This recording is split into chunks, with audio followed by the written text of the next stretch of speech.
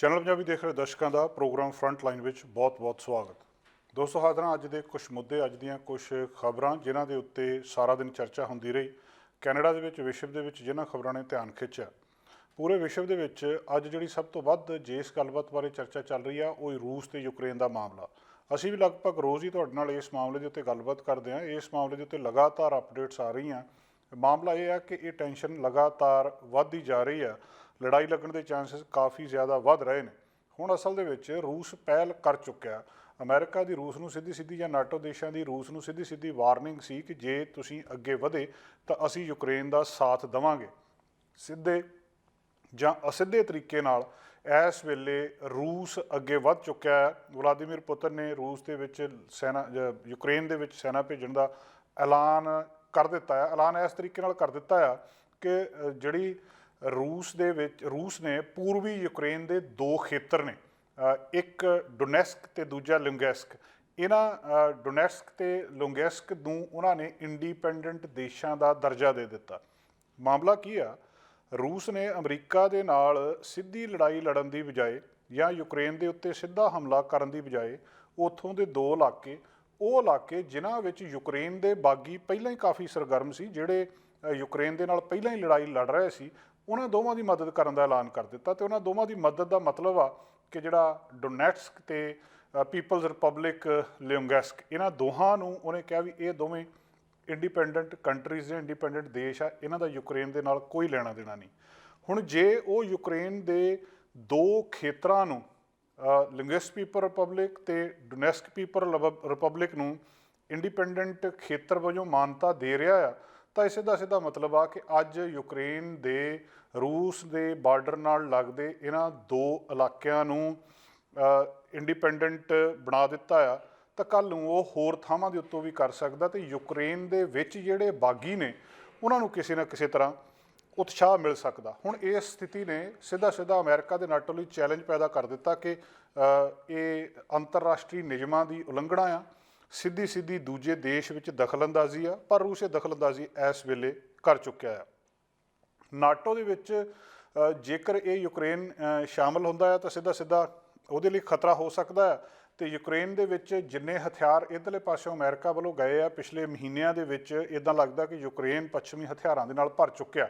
Ukraine ਦੇ ਵਿੱਚ ਅਭਿਆਸ ਦੇ ਦੌਰਾਨ ਬਹੁਤ ਸਾਰੇ ਲੋਕਾਂ ਨੇ ਇਹ ਗੱਲਾਂ ਬਾਤਾਂ ਦੱਸੀਆਂ ਕਿ ਹੁਣ ਇਸ ਵੇਲੇ ਸਥਿਤੀ ਹੋਰ ਜ਼ਿਆਦਾ ਖਤਰਨਾਕ ਹੋ ਰਹੀ ਆ, ਕਿਉਂਕਿ ਵਲਾਦੀਮੀਰ ਪੁਤਿਨ ਇੱਕ ਤਰੀਕੇ ਦੇ ਨਾਲ ਇਹਨੂੰ ਡੋਨੈਸਕ ਪੀਪਲ ਰਿਪਬਲਿਕ DPR ਅਤੇ ਲੁੰਗੈਸਕ ਪੀਪਲ ਰਿਪਬਲਿਕ LPR ਉਹਨਾਂ ਨੂੰ ਇੱਕ ਆਜ਼ਾਦ ਦੇਸ਼ਾਂ ਦੀ ਮਾਨਤਾ ਦੇ ਚੁੱਕੇ ਆ ਅਤੇ ਉਹਨਾਂ ਦੇ ਨਾਲ ਪਿੱਛੇ ਆ ਕੇ ਖੜੇ ਹੋ ਗਏ ਆ। ਇਸ ਆਦੇਸ਼ ਤੋਂ ਸਪਸ਼ਟ ਰੂਪ ਦੇ ਵਿੱਚ ਨਹੀਂ ਕੀਤਾ ਜਾ ਸਕਦਾ ਕਿ ਯੂਕਰੇਨ ਇਹਨਾਂ ਖੇਤਰਾਂ ਦੇ ਵਿੱਚ ਆਪਣੀ ਸੈਨਾ ਭੇਜ ਰਿਹਾ ਆ। ਨਿਊਜ਼ ਏਜੰਸੀ ਰਾਊਟਰਸ ਦੇ ਮੁਤਾਬਕ ਰੂਸੀ ਰਾਸ਼ਟਰਪਤੀ ਵਲਾਦੀਮੀਰ ਪੁਤਿਨ ਨੇ ਇਹ ਡੋਨੈਟਸਕ ਤੇ ਲੁੰਗੈਸਕ ਦੇ ਇਲਾਵਾ ਜਿਹੜੇ ਦੇਸ਼ ਆ ਉਹਦੇ ਰੂਪ ਵਿੱਚ ਮਾਨਤਾ ਦੇਣ ਤੋਂ ਬਾਅਦ ਇਹਨਾਂ ਇਲਾਕਿਆਂ ਦੇ ਵਿੱਚ ਰੂਸੀ ਸੈਨਾ ਦੀ ਤੈਨਾਤੀ ਦਾ ਆਦੇਸ਼ ਵੀ ਦੇ ਦਿੱਤਾ ਆ। ਸੋ ਸਿੱਧੀ ਗੱਲ ਆ ਕਿ ਪਹਿਲਾਂ ਉਹਦੇ ਇੱਕ ਇਲਾਕੇ ਦੇ ਵਿੱਚੋਂ ਉਸ ਦੇਸ਼ ਦੇ ਦੋ ਇਲਾਕਿਆਂ ਨੂੰ ਇੰਡੀਪੈਂਡੈਂਟ ਦੇਸ਼ ਬਣਾਉਣਾ ਅਤੇ ਫਿਰ ਉਹਨਾਂ ਦੇ ਵਿੱਚ ਆਪਣੀ ਫੌਜ ਭੇਜ ਦੇਣੀ। ਨਹੀਂ ਤਾਂ ਸਿੱਧੇ ਤਰੀਕੇ ਨਾਲ ਰੂਸ ਯੂਕਰੇਨ ਨੂੰ ਆਪਣੇ ਕਬਜ਼ੇ ਦੇ ਵਿੱਚ ਕਰ ਰਿਹਾ ਆ। ਇਹਨਾਂ ਦੋਵਾਂ ਇਲਾਕਿਆਂ ਦੇ ਉੱਤੇ ਇਸ ਵੇਲੇ ਜਿਹੜੇ ਉੱਥੋਂ ਦੇ ਸੈਪਰੇਟਿਸਟ ਨੇ, ਵੱਖਵਾਦੀ ਨੇ ਯੂਕਰੇਨ ਦੇ, ਉਹਨਾਂ ਦਾ ਇਹਦੇ ਉੱਤੇ ਕਾਫੀ ਬੋਲਬਾਲਾ ਆ। 2014 ਦੇ ਵਿੱਚ ਯੂਕਰੇਨ ਦੀ ਸਰਕਾਰ ਤੋਂ ਨਿਯੰਤਰਣ ਤੋਂ ਥੋੜ੍ਹਾ ਜਿਹਾ ਇਹ ਪਾਸੇ ਹੋ ਗਿਆ ਸੀ ਅਤੇ ਹੁਣ ਇਸ ਮਾਮਲੇ ਦੇ ਵਿੱਚ ਬਾਕੀ ਦੇਸ਼ ਕੀ ਕਹਿ ਰਹੇ ਆ, ਇਸ ਐਲਾਨ ਤੋਂ ਬਾਅਦ ਜਿਹੜੇ ਯੂਕਰੇਨ ਦੇ ਰਾਸ਼ਟਰਪਤੀ ਆ ਵਲੋਡੀਮੀਰ ਜ਼ੈਲੈਂਸਕੀ, ਉਹਨਾਂ ਨੇ ਕਿਹਾ ਯੂਕਰੇਨ ਦੇ ਇਹਨਾਂ ਦੋ ਖੇਤਰਾਂ ਨੂੰ ਸੁਤੰਤਰ ਰੂਪ ਦੇ ਵਿੱਚ ਮਾਨਤਾ ਦੇਣ ਦੇ ਉੱਤੇ ਉਹਨਾਂ ਨੂੰ ਕਿਸੇ ਤਰ੍ਹਾਂ ਦਾ ਡਰ ਨਹੀਂ, ਕਿਉਂਕਿ ਜਿਹੜੇ ਪੱਛਮੀ ਦੇਸ਼ਾਂ ਦੀ ਪੂਰੀ ਤਾਕਤ ਆ ਉਹ ਯੂਕਰੇਨ ਦੇ ਨਾਲ ਆ। ਮੰਗਲਵਾਰ 22 ਫਰਵਰੀ ਨੂੰ ਸਵੇਰੇ ਜਿਹੜੀ UN ਦੀ ਮੀਟਿੰਗ ਹੋਈ ਸੀ, ਉਹਦੇ ਵਿੱਚ ਯੂਕਰੇਨ ਨੇ ਰੂਸ ਦੇ ਇਹ ਜਿਹੜੇ ਉਹਦੇ ਕਦਮ ਆ ਇਹਨੂੰ ਵਾਇਰਸ ਦੀ ਤਰ੍ਹਾਂ ਦੱਸਿਆ ਸੀ। ਯੂਕਰੇਨ ਨੇ ਕਿਹਾ ਸੀ ਕਿ ਇਹ ਜਿਹੜਾ ਵਾਇਰਸ ਆ ਇਹ ਜਿਸ ਤਰੀਕੇ ਨਾਲ ਫੈਲਾਇਆ ਜਾ ਰਿਹਾ, ਇਹਦਾ ਅਸਰ ਪੂਰੀ ਦੁਨੀਆ ਦੇ ਉੱਤੇ ਹੋ ਸਕਦਾ ਆ। ਕਿ ਜਿਹੜਾ ਯੂਕਰੇਨ ਨੇ ਵੀ ਇਹ ਕਿਹਾ ਸੀ ਕਿ ਜਿਹੜੇ ਅੰਤਰਰਾਸ਼ਟਰੀ ਬਾਰਡਰ ਆ ਹਜੇ ਤੱਕ ਉਹ ਇੱਦਾਂ ਨਹੀਂ ਆ, ਉਹ ਜਿਹੜੇ ਆ ਉਹ ਬਦਲੇ ਨਹੀਂ ਜਾ ਸਕਦੇ। ਹਰ ਇੱਕ ਦੇਸ਼ ਦੇ ਵਿੱਚ ਕੁਛ ਅਲੱਗ ਰਹਿਣ ਵਾਲੇ ਸੈਪਰੇਟਿਸਟ ਲੋਕ ਹੈਗੇ ਆ, ਕੁਛ ਆਲੋਚਕ ਇਸ ਚੀਜ਼ ਨੂੰ ਉਹਦੇ ਨਾਲ ਵੀ ਜੋੜ ਕੇ ਦੇਖ ਰਹੇ ਆ ਕਿ ਜੇ ਅੱਜ ਯੂਕਰੇਨ ਦੇ ਦੋ ਛੋਟੇ ਇਲਾਕਿਆਂ ਨੂੰ ਇੰਡੀਪੈਂਡੈਂਟ ਦੇਸ਼ ਬਣਾ ਕੇ ਵੱਖਰੇ ਕੀਤਾ ਜਾ ਸਕਦਾ, ਤਾਂ ਇਹਦੇ ਨਾਲ ਦੁਨੀਆ ਦੇ ਬਹੁਤੇ ਦੇਸ਼ਾਂ ਦੇ ਵਿੱਚ ਜਿਹੜੇ ਲੋਕ ਅਲੱਗ ਹੋਣਾ ਚਾਹੁੰਦੇ ਆ ਉਹਨਾਂ ਨੂੰ ਇਹਦੇ ਨਾਲ ਹੋਰ ਉਤਸ਼ਾਹ ਮਿਲੂਗਾ ਕਿ ਉਹ ਅਲੱਗ ਹੋਣ ਦੇ ਉਹ ਜ਼ਿਆਦਾ ਇਸ ਵਾਲੇ ਪਾਸੇ ਨੂੰ ਜਾ ਸਕਦੇ ਆ। ਸੋ ਕਾਫੀ ਗੁੰਝਲਦਾਰ ਮਾਮਲਾ ਇਸ ਵੇਲੇ, ਜਿਹੜੀ ਇਹ ਨਾਟੋ ਤੇ ਰੂਸ ਦੇ ਵਿਚਕਾਰ। ਨਾਟੋ ਅਸਲ ਦੇ ਵਿੱਚ ਕੀ ਹੈ, ਨਾਰਥ ਅਟਲਾਂਟਿਕ ਟ੍ਰੀਟੀ ਆਰਗੇਨਾਈਜੇਸ਼ਨ, ਜਿਹਨੂੰ ਨਾਟੋ ਕਹਿੰਦੇ ਆ। ਇਹ ਨਾਰਥ ਅਟਲਾਂਟਿਕ ਅਲਾਇੰਸ ਵੀ ਇਹਨੂੰ ਕਿਹਾ ਜਾਂਦਾ ਸੀ। 27 ਯੂਰਪੀਅਨ ਦੇਸ਼ ਆ ਇਹਦੇ ਵਿੱਚ, 2 ਨਾਰਥ ਅਮਰੀਕਨ ਕੰਟਰੀਜ਼ ਨੇ, ਇੱਕ ਕੈਨੇਡਾ ਆ, ਇੱਕ ਅਮਰੀਕਾ ਆ, ਬਾਕੀ ਯੂਰਪ ਦੇ ਦੇਸ਼ ਆ, ਤੇ ਇੱਕ ਯੂਰੇਸ਼ੀਅਨ ਕੰਟਰੀ ਆ। ਇਹ ਸਾਰੀ ਆਰਗੇਨਾਈਜੇਸ਼ਨ ਜਿਹੜੀ ਆ 4 ਅਪ੍ਰੈਲ 1949 ਨੂੰ ਬਣੀ ਸੀ। ਪਹਿਲਾਂ ਥੋੜ੍ਹੀ ਗਿਣਤੀ ਸੀ, ਬਾਅਦ ਦੇ ਵਿੱਚ ਫਿਰ 12 ਇਹਨਾਂ ਦੇ ਵਿੱਚ ਸੀਗੇ, ਫਿਰ ਬਾਅਦ ਦੇ ਵਿੱਚ ਇਹ 30 ਹੋਰ ਜਿਹੜੇ ਆ, ਟੋਟਲ 30 ਇਸ ਵੇਲੇ ਦੇਸ਼ ਇਹਦੇ ਵਿੱਚ ਸ਼ਾਮਲ ਹੋ ਗਏ ਆ।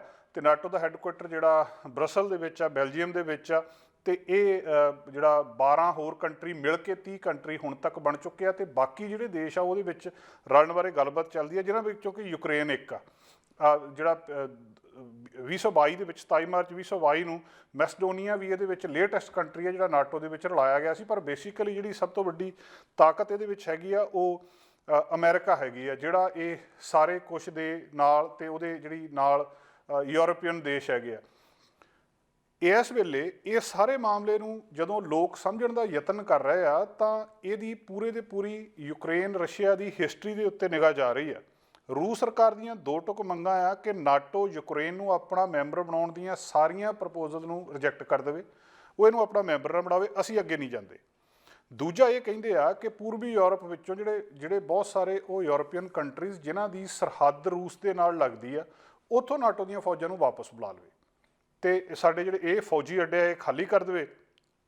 ਤੇ ਤੀਜੀ ਇੱਕ ਮੰਗ ਉਹਨਾਂ ਦੀ ਹੋਰ ਆ ਕਿ ਪੱਛਮੀ ਯੂਰਪ ਲਈ ਜਿਹੜੀ ਰੂਸ ਵੱਲੋਂ ਬਣਾਈ ਜਾ ਰਹੀ ਤੇਲ ਪਾਈਪਲਾਈਨ ਆ, ਉਹਦਾ ਵਿਰੋਧ ਬੰਦ ਕੀਤਾ ਜਾਵੇ। ਨਾਟੋ ਅਮਰੀਕਾ ਇਹ ਰੂਸ ਦੇ ਨੇੜੇ ਤੇੜੇ ਆਪਣੇ ਟਿਕਾਣੇ ਚਾਹੁੰਦੇ ਆ।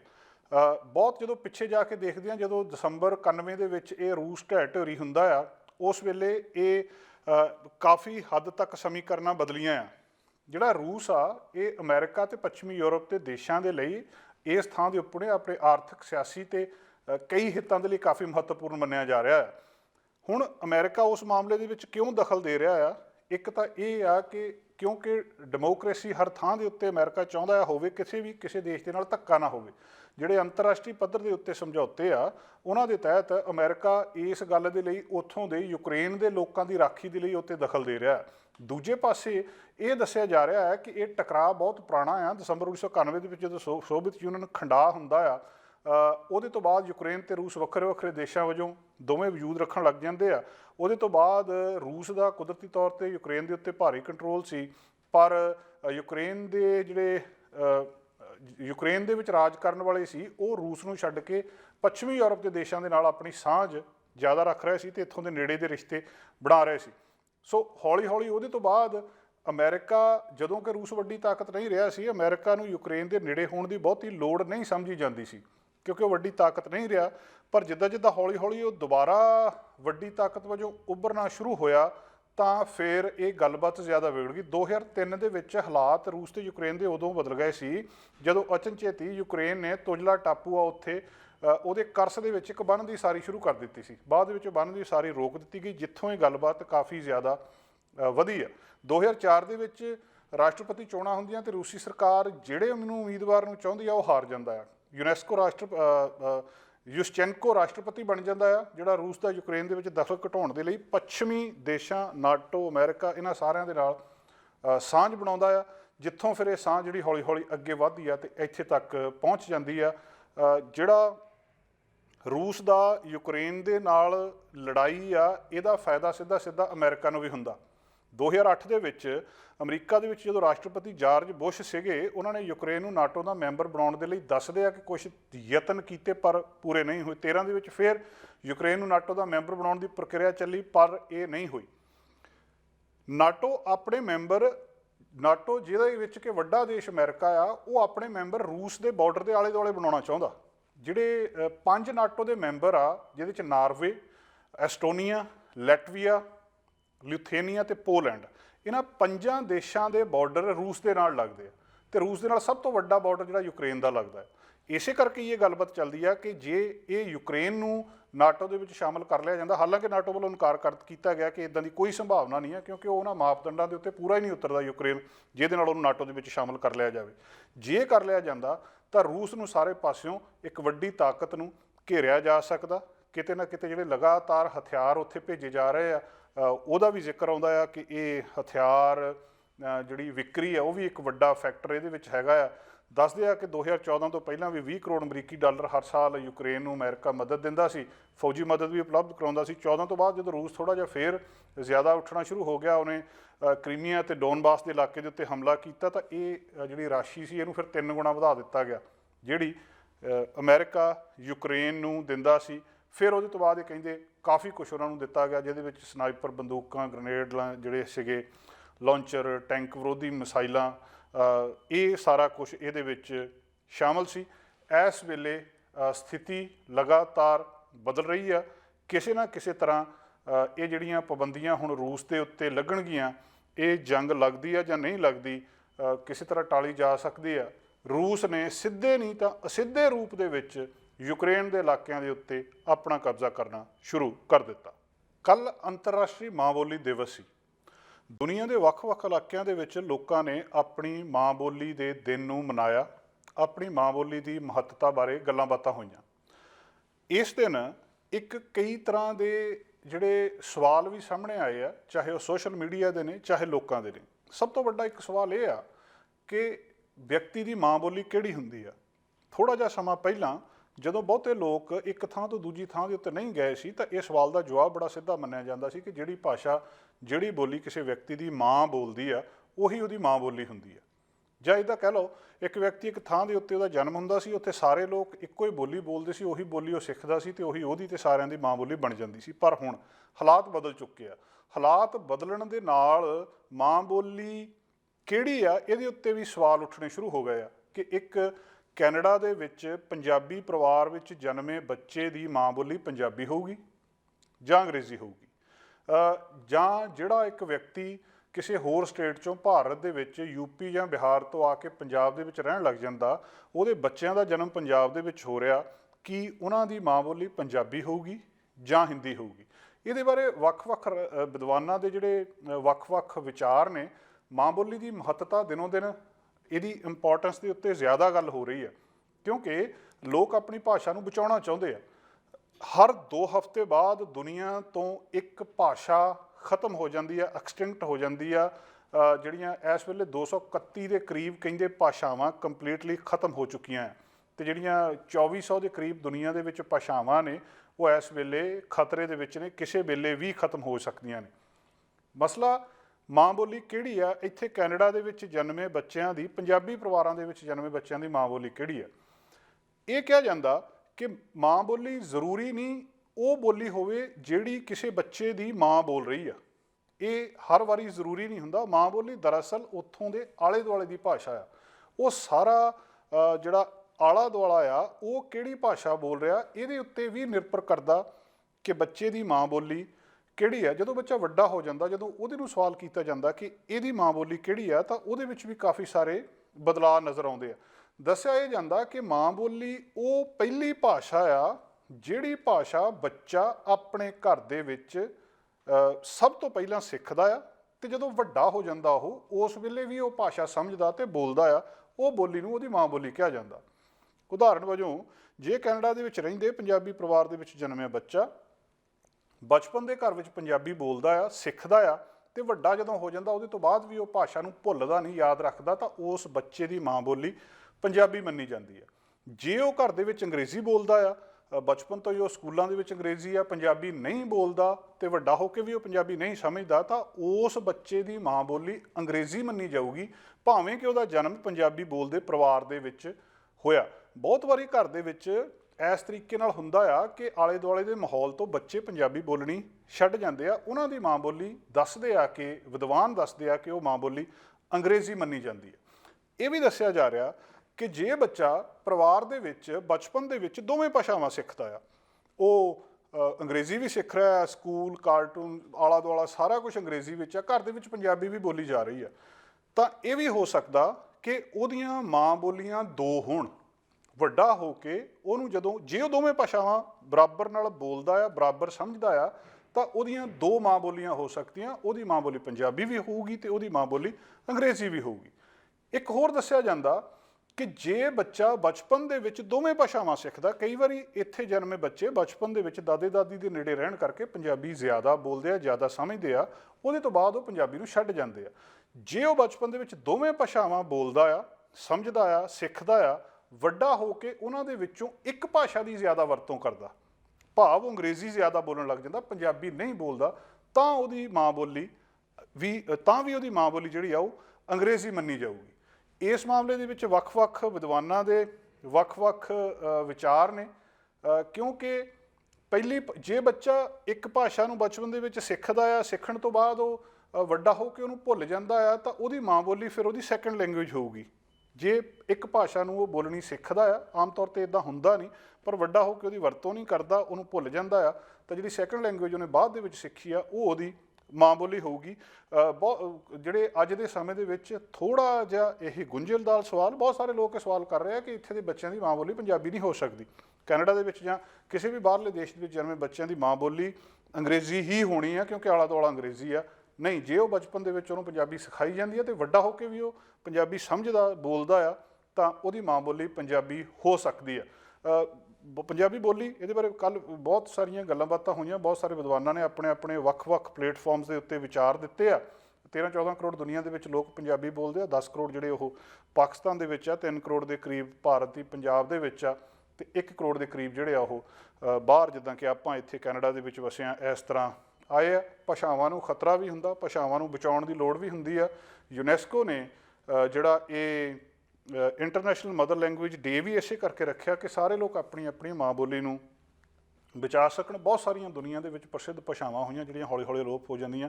ਸੰਸਕ੍ਰਿਤ, ਲਤੀਨੀ ਭਾਸ਼ਾ ਦੁਨੀਆ ਦੀਆਂ ਵੱਡੀਆਂ ਭਾਸ਼ਾਵਾਂ, ਪਰ ਦੁਨੀਆ ਦੇ ਵਿੱਚੋਂ ਖਤਮ ਹੋ ਗਈਆਂ। ਸੰਸਕ੍ਰਿਤ ਬੋਲਣ ਵਾਲੇ ਭਾਰਤ ਦੇ ਵਿੱਚ 5-7 ਹਜ਼ਾਰ ਦੱਸਦੇ ਆ ਕਿ ਲੋਕ ਹੈਗੇ ਆ। ਭਾਸ਼ਾ ਉਸ ਵੇਲੇ ਖਤਮ ਹੋਣੀ ਸ਼ੁਰੂ ਹੋ ਜਾਂਦੀ ਜਦੋਂ ਉਹਦੀ ਵਰਤੋਂ ਦੇ ਖੇਤਰਾਂ ਵਿੱਚ ਉਹਦੀ ਵਰਤੋਂ ਖੁਰਨੀ ਸ਼ੁਰੂ ਹੋ ਜਾਂਦੀ ਆ। ਜਦੋਂ ਕੋਈ ਭਾਸ਼ਾ, ਭਾਵੇਂ ਕੋਈ ਵੀ ਭਾਸ਼ਾ ਹੈ, ਹਿੰਦੀ, ਪੰਜਾਬੀ, ਉਹ ਰੁਜ਼ਗਾਰ ਦੀ ਭਾਸ਼ਾ ਬਣ ਜਾਂਦੀ ਆ, ਤਾਂ ਉਹਦੇ ਮਰਨ ਦੇ ਚਾਂਸ ਬਹੁਤ ਘਟ ਜਾਂਦੇ ਆ। ਇਸ ਮੰਗਲਵਾਰ ਤੋਂ BC ਦੇ ਸਕੂਲਾਂ ਦੇ ਵਿੱਚ ਜਿਹੜੇ ਮਿਲੀਅਨਸ ਕੋਵਿਡ-19 ਰੈਪਿਡ ਟੈਸਟ ਕਿਟਸ ਮਿਲਣੀਆਂ ਸ਼ੁਰੂ ਹੋ ਜਾਣਗੀਆਂ। ਪ੍ਰੋਵਿੰਸ ਦੇ ਵਿੱਚ ਆਰਡਰ ਦਿੱਤਾ ਜਾ ਚੁੱਕਾ ਇਸ ਮਾਮਲੇ ਦਾ ਕਿ ਇਹਨਾਂ ਸਕੂਲਾਂ ਦੇ ਵਿੱਚ ਬੱਚਿਆਂ ਨੂੰ ਇਹ ਟੈਸਟ ਕਿਟਸ ਦੇ ਦਿੱਤੀਆਂ ਜਾਣ, ਉਹ ਘਰ ਲੈ ਜਾਣ, ਆਪਣਾ ਟੈਸਟ ਕਰਨ ਤੇ ਆਪਣੇ ਘਰਦਿਆਂ ਦਾ ਟੈਸਟ ਵੀ ਕਰ ਸਕਦੇ ਆ। ਜਦੋਂ ਕਿਸੇ ਨੂੰ ਕੋਈ ਸਿੰਪਟਮ ਆਉਂਦੇ ਆ ਤਾਂ ਉਹਦੇ ਤੋਂ ਬਾਅਦ ਇਹ ਟੈਸਟ ਕੀਤਾ ਜਾ ਸਕਦਾ। ਅਤੇ ਇਹ ਜਿਹੜਾ ਟੈਸਟ ਹੈਗਾ ਆ, ਇਹਦੇ ਨਾਲ ਬਹੁਤ, ਭਾਵੇਂ ਕਿ ਉਹਨੇ ਐਕੂਰੇਟ ਨਤੀਜੇ ਨਹੀਂ ਆਉਂਦੇ ਦੱਸੇ ਜਾਂਦੇ, ਪਰ ਫਿਰ ਵੀ ਦੱਸਦੇ ਆ ਕਿ ਬਹੁਤ ਜਲਦੀ, ਲਗਭਗ 15-20 ਮਿੰਟ ਦੇ ਵਿੱਚ ਇਹਦਾ ਰਿਜ਼ਲਟ ਟੈਸਟ ਲੈਣ ਤੋਂ ਬਾਅਦ ਇਹਦਾ ਨਤੀਜਾ ਆ ਜਾਂਦਾ। ਤੁਹਾਨੂੰ ਪਤਾ ਲੱਗ ਜਾਂਦਾ ਕਿ ਕੋਵਿਡ ਹੋਇਆ ਕਿ ਨਹੀਂ ਹੋਇਆ। ਸ਼ੁਰੂ ਦੇ ਵਿੱਚ ਜਦੋਂ ਕਰੋਨਾ ਵਾਇਰਸ ਆਇਆ ਸੀ, ਕੋਵਿਡ-19 ਆਇਆ ਸੀ, ਤਾਂ ਵਿਗਿਆਨੀਆਂ ਨੇ ਇਹਦੀ ਖੋਜਬੀਨ ਸ਼ੁਰੂ ਕੀਤੀ ਸੀ। ਤਾਂ ਸਭ ਤੋਂ ਪਹਿਲਾਂ ਅਤੇ ਸਭ ਤੋਂ ਔਖਾ ਕੰਮ ਇਹ ਸੀ ਵੀ ਇਹਦਾ ਟੈਸਟ ਡਿਵੈਲਪ ਕਰਨਾ। ਇਹ ਕੋਈ ਟੈਸਟ ਡਿਵੈਲਪ ਹੋ ਸਕੇ ਜਿਹਦੇ ਨਾਲ ਇਹ ਪਤਾ ਲੱਗ ਸਕੇ ਕਿ ਇਹ ਕੇਸ ਵਿਅਕਤੀ ਨੂੰ ਕੋਵਿਡ-19 ਹੋਇਆ। ਕਈ ਕਿਸਮ ਦੇ ਟੈਸਟ ਡਿਵੈਲਪ ਹੋਏ ਸੀ। ਹੌਲੀ ਹੌਲੀ ਇਹ ਤਰੱਕੀ ਹੁੰਦੀ ਇੱਥੇ ਤੱਕ ਪਹੁੰਚ ਗਈ ਕਿ ਹੁਣ ਘਰਾਂ ਦੇ ਵਿੱਚ ਰੈਪਿਡ ਟੈਸਟ ਦਿੱਤੇ ਜਾ ਸਕਦੇ ਆ, ਜਿਹਦੇ ਨਾਲ ਤੁਸੀਂ ਘਰ ਦੇ ਵਿੱਚ ਇਹ ਜਿਹੜੀਆਂ ਰੈਪਿਡ ਟੈਸਟ ਕਿਟਸ ਲੈ ਕੇ ਉਹਦੇ ਨਾਲ ਆਪਣੇ ਆਪ ਹੀ ਟੈਸਟ ਕੀਤੇ ਜਾ ਸਕਦੇ ਆ। ਸਵਾਲ ਬਹੁਤ ਸਾਰੇ BC ਦੇ ਵਿੱਚ ਇਸ ਵੇਲੇ ਇਹ ਵੀ ਉੱਠ ਰਿਹਾ ਕਿ ਇਹਦੇ ਵਿੱਚ ਇੰਨੀ ਦੇਰੀ ਕਿਉਂ ਕੀਤੀ ਗਈ। ਬਾਕੀ ਬਹੁਤ ਸਾਰੇ ਪ੍ਰੋਵਿੰਸਿਸ ਦੇ ਵਿੱਚ ਰੈਪਿਡ ਟੈਸਟ ਕਿਟਸ ਵੰਡੀਆਂ ਗਈਆਂ ਸੀ। ਇੱਥੇ ਜਿਹੜੇ ਲੋਕ ਆ ਇਸ ਮਾਮਲੇ ਦੇ ਵਿੱਚ ਥੋੜ੍ਹੇ ਜਿਹੇ ਪਿੱਛੇ ਆ ਕਿ ਉਹਨਾਂ ਨੂੰ ਰੈਪਿਡ ਟੈਸਟ ਕਿਟਸ ਜਿਹੜੀਆਂ ਉਸ ਤਰੀਕੇ ਨਾਲ ਨਹੀਂ ਮਿਲੀਆਂ ਜਿੱਦਾਂ ਬਾਕੀ ਪ੍ਰੋਵਿੰਸਿਸ ਦੇ ਵਿੱਚ ਮਿਲਣੀਆਂ ਸ਼ੁਰੂ ਹੋ ਗਈਆਂ ਸੀ। ਹੁਣ ਜਦੋਂ ਕਿ ਵੈਕਸੀਨੇਸ਼ਨ ਅਤੇ ਦੂਜੀਆਂ ਜਿਹੜੀਆਂ ਪਾਬੰਦੀਆਂ ਉਹਨਾਂ ਨੂੰ ਹਟਾਉਣ ਦੀਆਂ ਗੱਲਾਂ ਬਾਤਾਂ ਚੱਲ ਰਹੀਆਂ, ਤਾਂ ਉਸ ਵੇਲੇ ਸਭ ਤੋਂ ਵੱਡੀ ਚੀਜ਼ ਜਿਹੜੀ ਕੰਮ ਆਉਣ ਵਾਲੀ ਆ ਉਹ ਰੈਪਿਡ ਟੈਸਟ ਆ ਕਿ ਤੁਸੀਂ ਟੈਸਟ ਕਰ ਲਓ, ਉਹਦੇ ਤੋਂ ਬਾਅਦ ਤੁਹਾਨੂੰ ਪਤਾ ਲੱਗ ਜਾਊਗਾ ਅਤੇ ਤੁਸੀਂ ਇਹ ਟੈਸਟ ਦੇ ਨਾਲ ਬਚਾਅ ਕਰ ਸਕਦੇ ਹੋ ਸਕੂਲ ਦੇ ਵਿੱਚ ਬਾਕੀਆਂ ਤੋਂ। ਜਿਹੜਾ PCR ਟੈਸਟ ਸੀਗਾ ਉਹਦੇ ਨਾਲੋਂ ਵੀ ਇਹਨੂੰ ਵਰਤੋਂ ਇਹਦੀ ਜ਼ਿਆਦਾ ਕੀਤੀ ਜਾ ਰਹੀ ਆ। ਪ੍ਰੋਵਿੰਸ ਦੀਆਂ ਜਿਹੜੀਆਂ ਗਾਈਡੈਂਸ ਉਹ ਹੌਲੀ ਹੌਲੀ ਜਿਹੜੀਆਂ ਚੇਂਜ ਹੋ ਰਹੀਆਂ ਆ। ਜਿਹੜਾ ਹੁਣ ਇਹ ਕਿਹਾ ਗਿਆ ਕਿ ਜੇ ਕਿਸੇ ਨੂੰ ਮਾਈਲਡ ਜਿਹਾ ਸਿੰਪਟਮ ਆ ਕਿ ਉਹਨੂੰ ਇੰਨੇ ਜ਼ਿਆਦਾ ਸਿੰਪਟਮ ਨਹੀਂ ਲੱਗਦੇ, ਤਾਂ ਉਹ ਬਜਾਏ ਇਹਦੇ PCR ਟੈਸਟ ਕਰਨ ਦੇ ਉਹ ਰੈਪਿਡ ਟੈਸਟ ਵੱਲ ਨੂੰ ਜਾਵੇ। ਅਤੇ ਇਹ ਜਿਹੜੇ ਸੀਨੀਅਰਸ ਨੇ ਉਹਨਾਂ ਦੇ ਲਈ ਵੀ ਹੋਰ ਜ਼ਿਆਦਾ ਅਵੇਲੇਬਲ ਹੋਣਗੇ। ਅਜੇ ਸਿਰਫ ਸਟੂਡੈਂਟਸ ਲਈ ਸਕੂਲਾਂ ਦੇ ਵਿੱਚ ਭੇਜੇ ਜਾ ਰਹੇ ਆ। ਅਗਲੇ ਹਫ਼ਤੇ ਤੋਂ ਦੱਸਦੇ ਆ ਕਿ ਫਾਰਮੇਸੀਜ਼ ਦੇ ਉੱਤੇ ਹੌਲੀ ਹੌਲੀ ਸੀਨੀਅਰਸ ਦੇ ਲਈ ਇਹ ਟੈਸਟ ਹੋਰ ਜ਼ਿਆਦਾ ਅਵੇਲੇਬਲ ਹੋਣਗੇ। ਰੈਪਿਡ ਟੈਸਟ ਇਸ ਵੇਲੇ ਦੀ ਇੱਕ ਵੱਡੀ ਸਟ੍ਰੈਟਜੀ, ਇੱਕ ਵੱਡਾ ਤਰੀਕਾ ਦੱਸਿਆ ਜਾ ਰਿਹਾ ਜਿਹਦੇ ਨਾਲ ਕੋਵਿਡ-19 ਨੂੰ ਕੰਟਰੋਲ ਕੀਤਾ ਜਾ ਸਕਦਾ। ਇਹਨਾਂ ਦਿਨਾਂ ਦੇ ਵਿੱਚ ਅਕਸਰ ਇੱਕ ਖਬਰ ਬਹੁਤ ਚਰਚਾ ਦੇ ਵਿੱਚ ਆ ਰਹੀ ਆ ਕਿ ਕੈਨੇਡਾ ਦੇ ਵਿੱਚ ਬੈਂਕ ਆਫ ਕੈਨੇਡਾ ਨੇ ਆਪਣੇ ਇੰਟਰਸਟ ਰੇਟ ਵਧਾ ਦੇਣੇ ਆ। ਜਦੋਂ ਪਿਛਲੀ ਵਾਰੀ ਇਹ ਖਬਰ ਆਈ ਸੀ ਤਾਂ ਬਹੁਤ ਸਾਰੇ ਮਾਹਰ ਆਸ ਕਰਦੇ ਸੀ ਕਿ ਇੰਟਰਸਟ ਰੇਟ ਵੱਧ ਜਾਣਗੇ, ਪਰ ਨਹੀਂ ਵਧੇ। ਕੀ ਇਸ ਵਾਰੀ ਵਧਣੇ ਆ ਜਾਂ ਕਿੰਨੇ ਵਧਣੇ ਆ, ਇਹਦੇ ਬਾਰੇ ਅਜੇ ਕੁਝ ਨਹੀਂ ਕਿਹਾ ਜਾ ਸਕਦਾ, ਪਰ ਇਸ ਗੱਲ ਦਾ ਅੰਦਾਜ਼ਾ ਅਸੀਂ ਦੂਜੇ ਦੇਸ਼ਾਂ ਨੂੰ ਦੇਖ ਕੇ ਜ਼ਰੂਰ ਲਾ ਸਕਦੇ ਹਾਂ ਕਿ ਉਹਨਾਂ ਦੇਸ਼ਾਂ ਦੇ ਵਿੱਚ ਜਿੱਥੇ ਕਿ ਇਹੋ ਜਿਹੀਆਂ ਹਾਲਤਾਂ ਆ ਉੱਥੇ ਕੀ ਬਣ ਰਿਹਾ। ਬ੍ਰਿਟਨ ਦੇ ਵਿੱਚ ਕੀ ਬਣ ਰਿਹਾ, ਅਮਰੀਕਾ ਦੇ ਵਿੱਚ ਕੀ ਬਣ ਰਿਹਾ।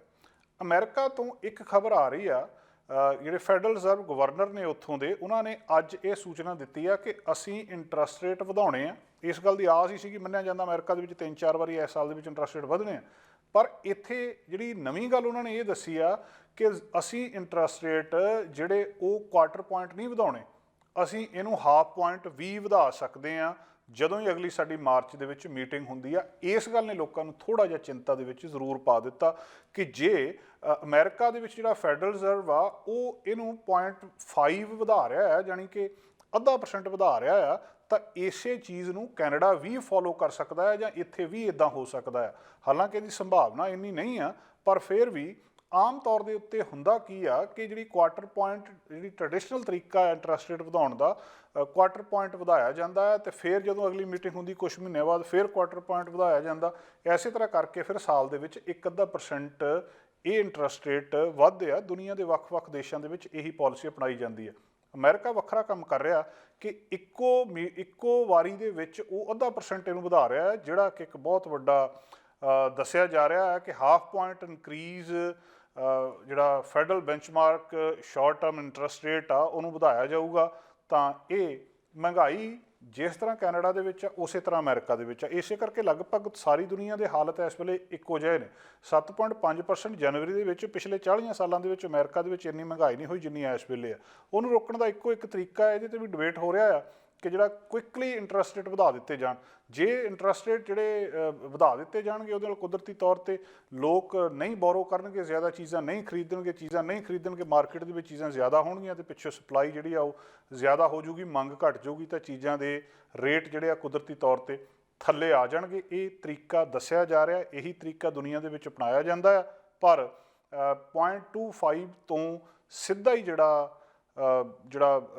0.5% 0.5% ਰੇਟ ਵਧਾ ਦੇਣਾ, ਇਹ ਚਿੰਤਾ ਵਾਲੀ ਗੱਲ ਵੀ ਆ ਲੋਕਾਂ ਦੇ ਲਈ। ਲੱਗਦਾ ਕਿ ਕਿਸੇ ਤਰ੍ਹਾਂ ਮਾਰਕੀਟ ਦੇ ਉੱਤੇ ਵੀ ਅਸਰ ਪਊਗਾ। 15-16 ਮਾਰਚ ਨੂੰ ਮੀਟਿੰਗ ਹੋਣੀ ਹੈ ਅਮਰੀਕਾ ਦੇ ਵਿੱਚ ਅਤੇ ਉਸ ਵੇਲੇ ਇਹ ਡਿਸਾਈਡ ਕੀਤਾ ਜਾਣਾ, ਅਤੇ ਪਹਿਲਾਂ ਹੀ ਉਹਨਾਂ ਨੇ ਅਨਾਊਂਸ ਕਰ ਦਿੱਤਾ ਕਿ ਲੋਕ ਵੀ ਇਸ ਗੱਲ ਦੇ ਲਈ ਤਿਆਰ ਰਹਿਣ ਕਿ ਇਹ 0.25 ਦੀ ਬਜਾਏ 0.5 ਜਿਹੜਾ ਹੈ ਵਧਾ ਦਿੱਤਾ ਜਾਊਗਾ। ਇਹ ਜੇ ਅਗਲੇ ਮਹੀਨੇ ਉੱਥੇ ਇੰਟਰਸਟ ਰੇਟ ਵੱਧਦਾ ਆ ਤਾਂ ਇਹ ਪਹਿਲੀ ਵਾਰੀ ਹੋਊਗਾ ਕਿ 2018 ਤੋਂ ਬਾਅਦ ਕਦੇ ਇੰਟਰਸਟ ਰੇਟ ਵਧਿਆ ਆ। ਕੈਨੇਡਾ ਦੇ ਵਿੱਚ ਵੀ ਮਾਰਚ ਦੇ ਵਿੱਚ ਇਹ ਇੰਟਰਸਟ ਰੇਟ ਵਧਣ ਦੀ ਆਸ ਆ। ਇਹ ਦੇਖਣ ਵਾਲੀ ਗੱਲ ਆ ਕਿ ਕੀ ਇੰਟਰਸਟ ਰੇਟ 0.25 ਵੱਧਦੇ ਆ, ਜੇ ਵੱਧਦੇ ਆ, ਜਾਂ ਇੱਥੇ ਵੀ ਕੋਈ ਉਸ ਤਰ੍ਹਾਂ ਦਾ ਅਮਰੀਕਾ ਵਰਗਾ ਫੈਸਲਾ ਲਿਆ ਜਾਂਦਾ।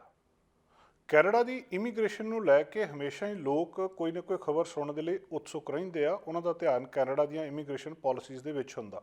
ਇਸ ਵੇਲੇ ਜਿਹੜਾ ਬਹੁਤ ਸਾਰੇ ਲੋਕ ਸਵਾਲ ਕਰ ਰਹੇ ਆ, ਜਿਹੜੇ ਵਰਕ ਪਰਮਿਟ ਦਾ ਪ੍ਰੋਸੈਸਿੰਗ ਟਾਈਮ ਆ ਉਹਦੇ ਵਿੱਚ ਕਿੰਨਾ ਸਮਾਂ ਲੱਗੂਗਾ, ਸਰਕਾਰ ਉਹਦੇ ਲਈ ਕੀ ਕਰ ਰਹੀ ਹੈ, ਕੀ ਉਹਦੇ ਵਿੱਚ ਕੋਈ ਤਬਦੀਲੀ ਕੀਤੀ ਗਈ ਹੈ। ਪਿਛਲੇ ਦਿਨਾਂ ਦੇ ਵਿੱਚ ਜਿਹੜੀਆਂ ਇਮੀਗ੍ਰੇਸ਼ਨ ਮਿਨਿਸਟਰ ਨੇ ਕੁਝ ਅਨਾਊਂਸਮੈਂਟਸ ਕੀਤੀਆਂ ਸੀ, ਉਹ ਤੁਹਾਡੇ ਨਾਲ ਸਾਂਝੀਆਂ ਕੀਤੀਆਂ ਸੀ। ਕੈਨੇਡਾ ਦੇ ਇਮੀਗ੍ਰੇਸ਼ਨ ਮਿਨਿਸਟਰ ਨੇ ਦੁਬਾਰਾ ਫਿਰ ਇਹੀ ਗੱਲ ਕਹੀ ਆ, ਆਪਣਾ ਵਾਅਦਾ ਉਹਨਾਂ ਨੇ ਦੁਹਰਾਇਆ ਆ ਕਿ ਅਸੀਂ ਵਰਕ ਪਰਮਿਟ ਦੇ ਪ੍ਰੋਸੈਸਿੰਗ ਟਾਈਮ ਨੂੰ ਘਟਾ ਰਹੇ ਹਾਂ। ਇਹ ਜਿੰਨਾ ਸਟੈਂਡਰਡ ਟਾਈਮ ਆ ਉੱਥੇ ਤੱਕ ਲੈ ਕੇ ਆ ਰਹੇ ਹਾਂ। Standing committee on citizenship and immigration the meeting ਨੂੰ ਦੁਬਾਰਾ ਉਹਨਾਂ ਨੇ ਉਹੀ ਗੱਲ ਫੇਰ ਕਹੀ ਆ ਕਿ ਅਸੀਂ ਇਸ ਮਾਮਲੇ ਦੇ ਵਿੱਚ ਜੋ ਕੁਝ ਪਿਛਲੇ ਦਿਨਾਂ ਦੇ ਵਿੱਚ ਅਨਾਊਂਸਮੈਂਟ ਕੀਤੀ ਸੀ ਉਸੇ ਵਾਅਦੇ ਮੁਤਾਬਕ ਇਸ ਟਾਈਮ ਨੂੰ ਘਟਾ ਰਹੇ ਹਾਂ। ਪਿਛਲੇ ਹਫ਼ਤੇ ਇਮੀਗ੍ਰੇਸ਼ਨ ਮਿਨਿਸਟਰ ਸ਼ੌਨ ਫਰੇਜ਼ਰ ਨੇ ਦੱਸਿਆ ਸੀ ਕਿ ਜਿਹੜੀ ਕਮੇਟੀ ਹੈ immigration, refugee and citizenship Canada, ਉਹ $85 ਮਿਲੀਅਨ ਦਾ ਬਜਟ ਯੂਜ਼ ਕਰ ਰਹੀ ਆ ਇਸ ਟਾਈਮ ਨੂੰ ਘਟਾਉਣ ਦੇ ਲਈ। ਬਹੁਤ ਸਾਰੀਆਂ ਐਪਲੀਕੇਸ਼ਨ ਪੈਂਡਿੰਗ ਪਈਆਂ, ਉਹਦੇ ਟਾਈਮ ਨੂੰ ਘਟਾਇਆ ਜਾ ਰਿਹਾ। ਇਸ ਪੈਂਡੈਮਿਕ ਨੇ ਬਹੁਤ ਬੁਰਾ ਅਸਰ ਪਾਇਆ ਸੀ ਐਪਲੀਕੇਸ਼ਨਸ ਦੇ ਪ੍ਰੋਸੈਸਿੰਗ ਟਾਈਮ ਦੇ ਉੱਤੇ। ਪਹਿਲਾਂ ਮਿਨਿਸਟਰੀ ਨੇ ਅਨਾਊਂਸ ਕਰ ਦਿੱਤਾ ਕਿ ਉਹ work permit, study permit, proof of citizenship ਅਤੇ ਪਰਮਾਨੈਂਟ ਰੈਜ਼ੀਡੈਂਸ ਕਾਰਡ ਦਾ ਜਿਹੜਾ ਰੀਨਿਊ ਟਾਈਮ ਆ ਉਹਨੂੰ 2022 ਦੇ ਅੰਤ ਤੱਕ ਨਾਰਮਲ ਟਾਈਮ ਦੇ ਉੱਤੇ ਲੈ ਆਉਣਗੇ। ਜਿਹੜੇ ਲੋਕ ਕੈਨੇਡਾ ਦੇ ਵਿੱਚ ਰਹਿੰਦੇ ਆ ਉਹਨਾਂ ਨੂੰ 5 ਸਾਲ ਬਾਅਦ ਆਪਣਾ ਪਰਮਾਨੈਂਟ ਰੈਜ਼ੀਡੈਂਟ ਕਾਰਡ ਰੀਨਿਊ ਕਰਵਾਉਣਾ ਪੈਂਦਾ, ਪਰ ਉਹ ਜਦੋਂ ਕਾਰਡ ਦਿੱਤਾ ਜਾਂਦਾ ਤਾਂ ਉਹਦਾ ਬਹੁਤ ਲੰਬਾ ਟਾਈਮ ਹੁੰਦਾ, ਕਈ ਵਾਰੀ 6-6 ਮਹੀਨੇ ਉਹ ਵਾਪਸ ਨਹੀਂ ਆਉਂਦਾ। ਉਹਦਾ ਟਾਈਮ ਵੀ ਘਟਾਇਆ ਜਾ ਰਿਹਾ, ਉਹਨਾਂ ਟਾਈਮ ਕੀਤਾ ਜਾ ਰਿਹਾ ਜਿੰਨਾ ਪਹਿਲਾਂ ਇਸ ਪੈਂਡੈਮਿਕ ਤੋਂ ਪਹਿਲਾਂ ਸੀਗਾ। ਤੇ ਇਹ ਜਿਹੜਾ ਨਿਸ਼ਾਨਾ ਆ ਇਸ ਸਾਲ ਦੇ ਅੰਤ ਤੱਕ 2022 ਦੇ ਅੰਤ ਤੱਕ ਉਹਦੇ ਤੱਕ ਪਹੁੰਚਣ ਦਾ ਵਾਅਦਾ ਇਮੀਗ੍ਰੇਸ਼ਨ ਮਿਨਿਸਟਰ ਨੇ ਕੀਤਾ ਹੈ। IRCC ਦੇ ਉੱਤੇ ਇਹ ਅੰਦਾਜ਼ਾ ਇੱਕ ਲਾਇਆ ਜਾ ਰਿਹਾ ਕਿ ਜਿਹੜਾ ਵਰਕ ਪਰਮਿਟ ਦੇ ਲਈ ਜਦੋਂ ਬਹੁਤ ਸਾਰੇ ਦੇਸ਼ਾਂ ਤੋਂ ਸਬਮਿਟ ਕੀਤਾ ਜਾਂਦਾ ਤਾਂ ਉਹ ਓਨੇ ਪ੍ਰੋਸੈਸਿੰਗ ਟਾਈਮ ਦੇ ਵਿੱਚ ਨਹੀਂ ਆ ਰਿਹਾ। IRCC ਦਾ ਪ੍ਰੋਸੈਸਿੰਗ ਭਾਵੇਂ ਬਹੁਤ ਸਾਰੇ ਵਰਕ ਪਰਮਿਟ ਆਪਣੇ ਤੋਂ ਜਿੰਨੀ ਹੈਗੀ ਜ਼ਿਆਦਾ ਕਰ ਰਹੇ ਆ। 2021 ਦੇ ਵਿੱਚ ਕੈਨੇਡਾ ਨੇ ਜਿਹੜਾ ਮੋਬਿਲਿਟੀ ਪ੍ਰੋਗਰਾਮ ਦੇ ਵਿੱਚ ਇੰਟਰਨੈਸ਼ਨਲ ਮੋਬਿਲਿਟੀ ਪ੍ਰੋਗਰਾਮ ਤੇ ਟੈਂਪਰੇਰੀ ਫੋਰਨ ਵਰਕਰ ਪ੍ਰੋਗਰਾਮ ਜਿਹੜਾ TFWP ਆ, ਉਹਦੇ ਵਿੱਚ 4,20,000 ਦੇ ਕਰੀਬ ਇਹ ਪਰਮਿਟ ਇਸ਼ੂ ਕੀਤੇ ਸੀ। ਉਹ ਤੋਂ ਪਹਿਲਾਂ 2019 ਦੇ ਵਿੱਚ 4,05,000 ਪਰਮਿਟ ਇਸ਼ੂ ਕੀਤੇ ਗਏ ਸੀ। ਜਿਹੜਾ TFWP ਆ ਇਹ ਕੈਨੇਡੀਅਨ ਇੰਪਲੋਇਰਸ ਨੂੰ ਅਲਾਓ ਕਰਦਾ ਕਿ ਬਾਹਰਲੇ ਦੇਸ਼ਾਂ ਤੋਂ ਲੋਕਾਂ ਨੂੰ ਇੱਥੇ ਕੰਮ ਕਰਨ ਦੇ ਲਈ ਜਿਹੜੀ ਲੇਬਰ ਦੀ ਸ਼ਾਰਟੇਜ ਆ ਉਹਨੂੰ ਪੂਰਾ ਕਰਨ ਦੇ ਲਈ ਬੁਲਾਇਆ ਜਾ ਸਕੇ। ਸੋ ਇਹ ਜਿਹੜੇ ਪ੍ਰੋਸੈਸਿੰਗ ਸਟੈਂਡਰਡਸ ਨੇ ਵਰਕ ਪਰਮਿਟ ਟਾਈਮ ਦੇ ਲਈ, ਜੇ ਉਹ ਕੈਨੇਡਾ ਤੋਂ ਬਾਹਰੋਂ ਅਪਲਾਈ ਕਰਦਾ ਤਾਂ 60 ਦਿਨ ਮੰਨਦੇ ਆ। ਜਿਹੜੇ ਇੰਟਰਨੈਸ਼ਨਲ ਐਕਸਪੀਰੀਅੰਸ ਕੈਨੇਡਾ ਵਾਲੀ ਕੈਟਾਗਰੀ ਆ ਉਹਦੇ ਵਿੱਚ 56 ਦਿਨ ਮੰਨੇ ਜਾਂਦੇ ਆ। ਪਰ ਇਸ ਵੇਲੇ ਜਿਹੜਾ ਇਹ ਸਮਾਂ ਆ ਉਹ ਇਹਦੇ ਤੋਂ ਜ਼ਿਆਦਾ ਹੋ ਰਿਹਾ ਆ, ਜਿੰਨਾ ਸਮਾਂ ਚਾਹੀਦਾ ਉਹ ਤੋਂ ਕਿਤੇ ਜ਼ਿਆਦਾ ਲੱਗ ਰਿਹਾ ਆ। ਪੈਂਡੈਮਿਕ ਤੋਂ ਪਹਿਲਾਂ 87% ਜਿਹੜੇ ਵਰਕ ਪਰਮਿਟ ਸੀਗੇ ਉਹ ਨਿਸ਼ਚਿਤ ਸਮੇਂ ਦੇ ਵਿੱਚ ਦੇ ਦਿੱਤੇ ਜਾਂਦੇ ਸੀ ਜਿੰਨਾ ਟਾਈਮ ਕਿਹਾ ਜਾਂਦਾ ਸੀ। ਪਰ ਹੁਣ ਇੱਥੇ ਤੱਕ ਇਹ ਨਹੀਂ ਪਹੁੰਚ ਰਹੇ। ਹੁਣ ਦੱਸਿਆ ਜਾ ਰਿਹਾ ਕਿ ਇਹ ਸਾਰਾ ਬੈਕਲੌਗ ਇਵੈਂਚੁਅਲੀ ਪੂਰਾ ਕੀਤਾ ਜਾ ਰਿਹਾ। ਜਿੰਨੀ ਫੰਡਿੰਗ ਇਸ ਪਾਸੇ ਆ ਰਹੀ ਆ ਉਹਨੂੰ ਵਰਤਿਆ ਜਾ ਰਿਹਾ ਕਿ ਇਹ ਸਾਰੇ ਪ੍ਰੋਸੈਸ ਨੂੰ ਤੇਜ਼ ਕੀਤਾ ਜਾਵੇ। ਪਰ ਫਿਰ ਵੀ 2020 ਦੇ ਅੰਤ ਤੱਕ ਇਹਦਾ ਟਾਈਮ ਉੱਥੇ ਤੱਕ ਆ ਜਾਊਗਾ ਜਿੱਥੇ ਤੱਕ ਇਸ ਪੈਂਡੈਮਿਕ ਤੋਂ ਪਹਿਲਾਂ ਸੀ। ਜਿੰਨੀਆਂ ਵੀ ਐਪਲੀਕੇਸ਼ਨ ਹੈਗੀਆਂ ਆ, ਇਹ standing committee on citizenship and immigration ਇੱਕ ਹੈ ਕਿ ਇੱਕ ਗਰੁੱਪ ਆ ਕੈਨੇਡੀਅਨ ਜਿਹੜੇ ਪੋਲੀਟੀਸ਼ੀਅਨਸ ਨੇ, ਵੱਡੀਆਂ ਮੇਜਰ ਪੋਲੀਟੀਕਲ ਪਾਰਟੀਜ਼ ਦੀਆਂ, ਉਹ ਜਿਹੜੀਆਂ ਇਕੱਠੀਆਂ ਹੋ ਕੇ ਫਿਰ ਇਸ ਮਾਮਲੇ ਦੇ ਵਿੱਚ ਫੈਸਲਾ ਕਰਦੀਆਂ ਆ ਕਿ ਇਹਦੀ ਲੋੜ ਵਰਕ ਪਰਮਿਟ ਦੇ ਪ੍ਰੋਸੈਸ ਨੂੰ ਤੇਜ਼ ਕਰਨ ਦੀ ਲੋੜ ਕੈਨੇਡਾ ਦੀ ਵੀ ਆ। ਬਹੁਤ ਸਾਰੀਆਂ ਜੌਬਸ ਇੱਥੇ ਜਿਹੜੀਆਂ ਨਿਕਲ ਰਹੀਆਂ ਉਹਨੂੰ ਪੂਰਾ ਕਰਨ ਦੇ ਲਈ ਕੈਨੇਡਾ ਦੀ ਆਪਣੀ ਲੋੜ ਆ ਕਿ ਉਹ ਜਿਹੜੇ ਲੋਕਾਂ ਨੇ ਵਰਕ ਪਰਮਿਟ ਅਪਲਾਈ ਕੀਤਾ ਉਹਨਾਂ ਤੋਂ ਵੀ ਕਾਹਲੇ ਆ ਇੱਥੇ ਬੁਲਾਉਣ ਦੇ ਲਈ। ਪਰ ਉਹਦੇ ਵਿੱਚ ਜਿਹੜੀਆਂ ਦਿੱਕਤਾਂ ਨੇ ਉਹਨੂੰ ਦੂਰ ਕਰਨ ਦੇ ਲਈ ਵੱਖਰਾ ਬਜਟ ਰੱਖਿਆ ਗਿਆ। ਤੇ ਹੁਣ ਅੱਜ ਇਹਨਾਂ ਨੇ ਜਿਹੜੀ ਫਿਰ ਜਿਹੜੀ ਖਬਰ ਸਾਹਮਣੇ ਆਈ ਆ ਕਿ ਦੁਬਾਰਾ ਉਹਨਾਂ ਨੇ ਇਸੇ ਗੱਲ ਨੂੰ ਦੁਹਰਾਇਆ ਕਿ ਅਸੀਂ ਉਹਦੇ ਉੱਤੇ ਜਲਦੀ ਕੰਮ ਕਰ ਰਹੇ ਹਾਂ ਤੇ ਜਲਦੀ ਜਿਹੜੀਆਂ ਇਹ ਐਪਲੀਕੇਸ਼ਨਸ ਆ ਇਹਨਾਂ ਨੂੰ ਬੈਕਲੌਗ ਨੂੰ ਖਤਮ ਕੀਤਾ ਜਾਊਗਾ ਤੇ ਇੱਥੋਂ ਦਾ ਟਾਰਗੇਟ ਪੂਰਾ ਕਰਕੇ ਲੋਕਾਂ ਨੂੰ ਇੱਥੇ ਬੁਲਾਇਆ ਜਾਊਗਾ। ਹੁਣ ਜਦੋਂ ਕਿ ਆਟਵਾ ਵਿੱਚ ਚੱਲਦਾ ਡੈਮੋਸਟ੍ਰੇਸ਼ਨ ਪੂਰੀ ਤਰ੍ਹਾਂ ਖਤਮ ਹੋ ਚੁੱਕਿਆ, ਥੋੜਾ ਬਹੁਤਾ ਕਿਤੇ ਨਾ ਕਿਤੇ ਇਹਦੇ ਅੰਸ਼ ਬਾਕੀ ਆ ਉਹਦੇ ਆਲੇ ਦੁਆਲੇ, ਤਾਂ ਜਿਹੜੇ ਇਹਨੂੰ ਚਲਾਉਣ ਵਾਲੇ ਲੀਡਰ ਸੀ ਉਹਨਾਂ ਦੀਆਂ ਅਦਾਲਤਾਂ ਦੇ ਵਿੱਚ ਪੇਸ਼ੀਆਂ ਹੋ ਰਹੀਆਂ। ਕੁਛ ਦੀ ਜ਼ਮਾਨਤ ਨਾਮਨਜ਼ੂਰ ਕਰ ਦਿੱਤੀ ਗਈ ਹੈ ਤੇ ਕੁਛ ਨੇ ਅੱਜ ਅਪੀਅਰ ਹੋਣਾ ਆ ਜਾਂ ਕੱਲ੍ਹ ਨੂੰ ਅਪੀਅਰ ਹੋ ਰਹੇ। ਇਹਨਾਂ ਦਾ ਇੱਕ ਬਹੁਤ ਵੱਡਾ ਲੀਡਰ ਸੀ ਜਿਹੜਾ 3 ਹਫ਼ਤੇ ਜੋ ਕੁਛ ਉੱਥੇ ਹੋਇਆ, ਉਸ ਲੀਡਰ ਦਾ ਨਾਮ ਪੈਟ ਕਿੰਗ ਆ। ਪੈਟ ਕਿੰਗ ਨੂੰ ਪੇਸ਼ ਕੀਤਾ ਜਾ ਰਿਹਾ ਜ਼ਮਾਨਤ ਦੇ ਲਈ। ਅਲਬਰਟਾ ਦਾ ਰਹਿਣ ਵਾਲਾ ਹੈ। ਇਹਦੇ ਉੱਤੇ 4 ਚਾਰਜਸ ਲੱਗੇ ਆ, ਜਿਹਦੇ ਵਿੱਚ counselling to commit the offence of mischief, counselling to commit the offence of disobey court order ਤੇ counselling to commit the offence of obstruct police. ਇਹਦੇ ਉੱਤੇ ਇਹ ਵੱਖਰੇ ਵੱਖਰੇ ਜਿਹੜੇ ਚਾਰਜ ਲੱਗੇ ਆ। ਇਹਨੂੰ ਜਦੋਂ ਗ੍ਰਿਫਤਾਰ ਕੀਤਾ ਗਿਆ ਸੀ ਇਹਦੀ ਵੀਡੀਓ ਬਹੁਤ ਵਾਇਰਲ ਹੋਈ ਸੀ, ਬ੍ਰੌਡਕਾਸਟ ਹੋਈ, ਹਜ਼ਾਰਾਂ ਲੋਕਾਂ ਨੇ ਇਸ ਵੀਡੀਓ ਨੂੰ ਦੇਖਿਆ। ਪੈਟ ਕਿੰਗ ਤੁਹਾਨੂੰ ਯਾਦ ਹੋਊਗਾ ਉਹੀ ਵਿਅਕਤੀ ਆ ਜਿਹੜਾ ਥੋੜ੍ਹੇ ਦਿਨ ਪਹਿਲਾਂ ਸਿੱਖਾਂ ਦੇ ਖਿਲਾਫ ਨਸਲੀ ਟਿੱਪਣੀਆਂ ਕਰ ਰਿਹਾ ਸੀ ਕਿ ਇਹ ਲੋਕਾਂ ਨੇ ਇੱਥੇ ਆ ਕੇ ਸਾਡੇ ਬਿਜ਼ਨਸ ਖੋਲ੍ਹੇ ਆ, ਸਾਡੇ ਕੰਮਕਾਰ ਕਾਬੂ 'ਚ ਕਰ ਲਏ ਆ ਤੇ ਆਪਣੇ ਕੰਮਾਂ ਦੇ ਉੱਤੇ ਇਹ ਆਪਣੇ ਧਰਮ ਦੇ ਜਾਂ ਆਪਣੀ ਕੌਮ ਦੇ ਲੋਕਾਂ ਨੂੰ ਰੱਖਦੇ ਆ ਤਾਂ ਸਾਡਾ ਇੱਥੇ ਜਿਹੜਾ ਜੀਣਾ ਮੁਸ਼ਕਲ ਹੋਇਆ। ਜਿਹੜੇ ਆਟਵਾ ਪੁਲਿਸ ਨੇ ਪਹਿਲਾਂ ਲੋਕਾਂ ਨੂੰ ਵਾਰਨ ਕੀਤਾ ਸੀ ਉੱਥੇ ਜਿਹੜੇ ਖੜੇ ਸੀ ਕਿ ਤੁਸੀਂ ਇਹਨਾਂ ਨੂੰ ਰੋਕੋ ਨਾ, ਨਹੀਂ ਤਾਂ ਅਸੀਂ ਤੁਹਾਨੂੰ ਇੱਥੋਂ ਜ਼ਬਰਦਸਤੀ ਹਟਾ ਦੇਵਾਂਗੇ।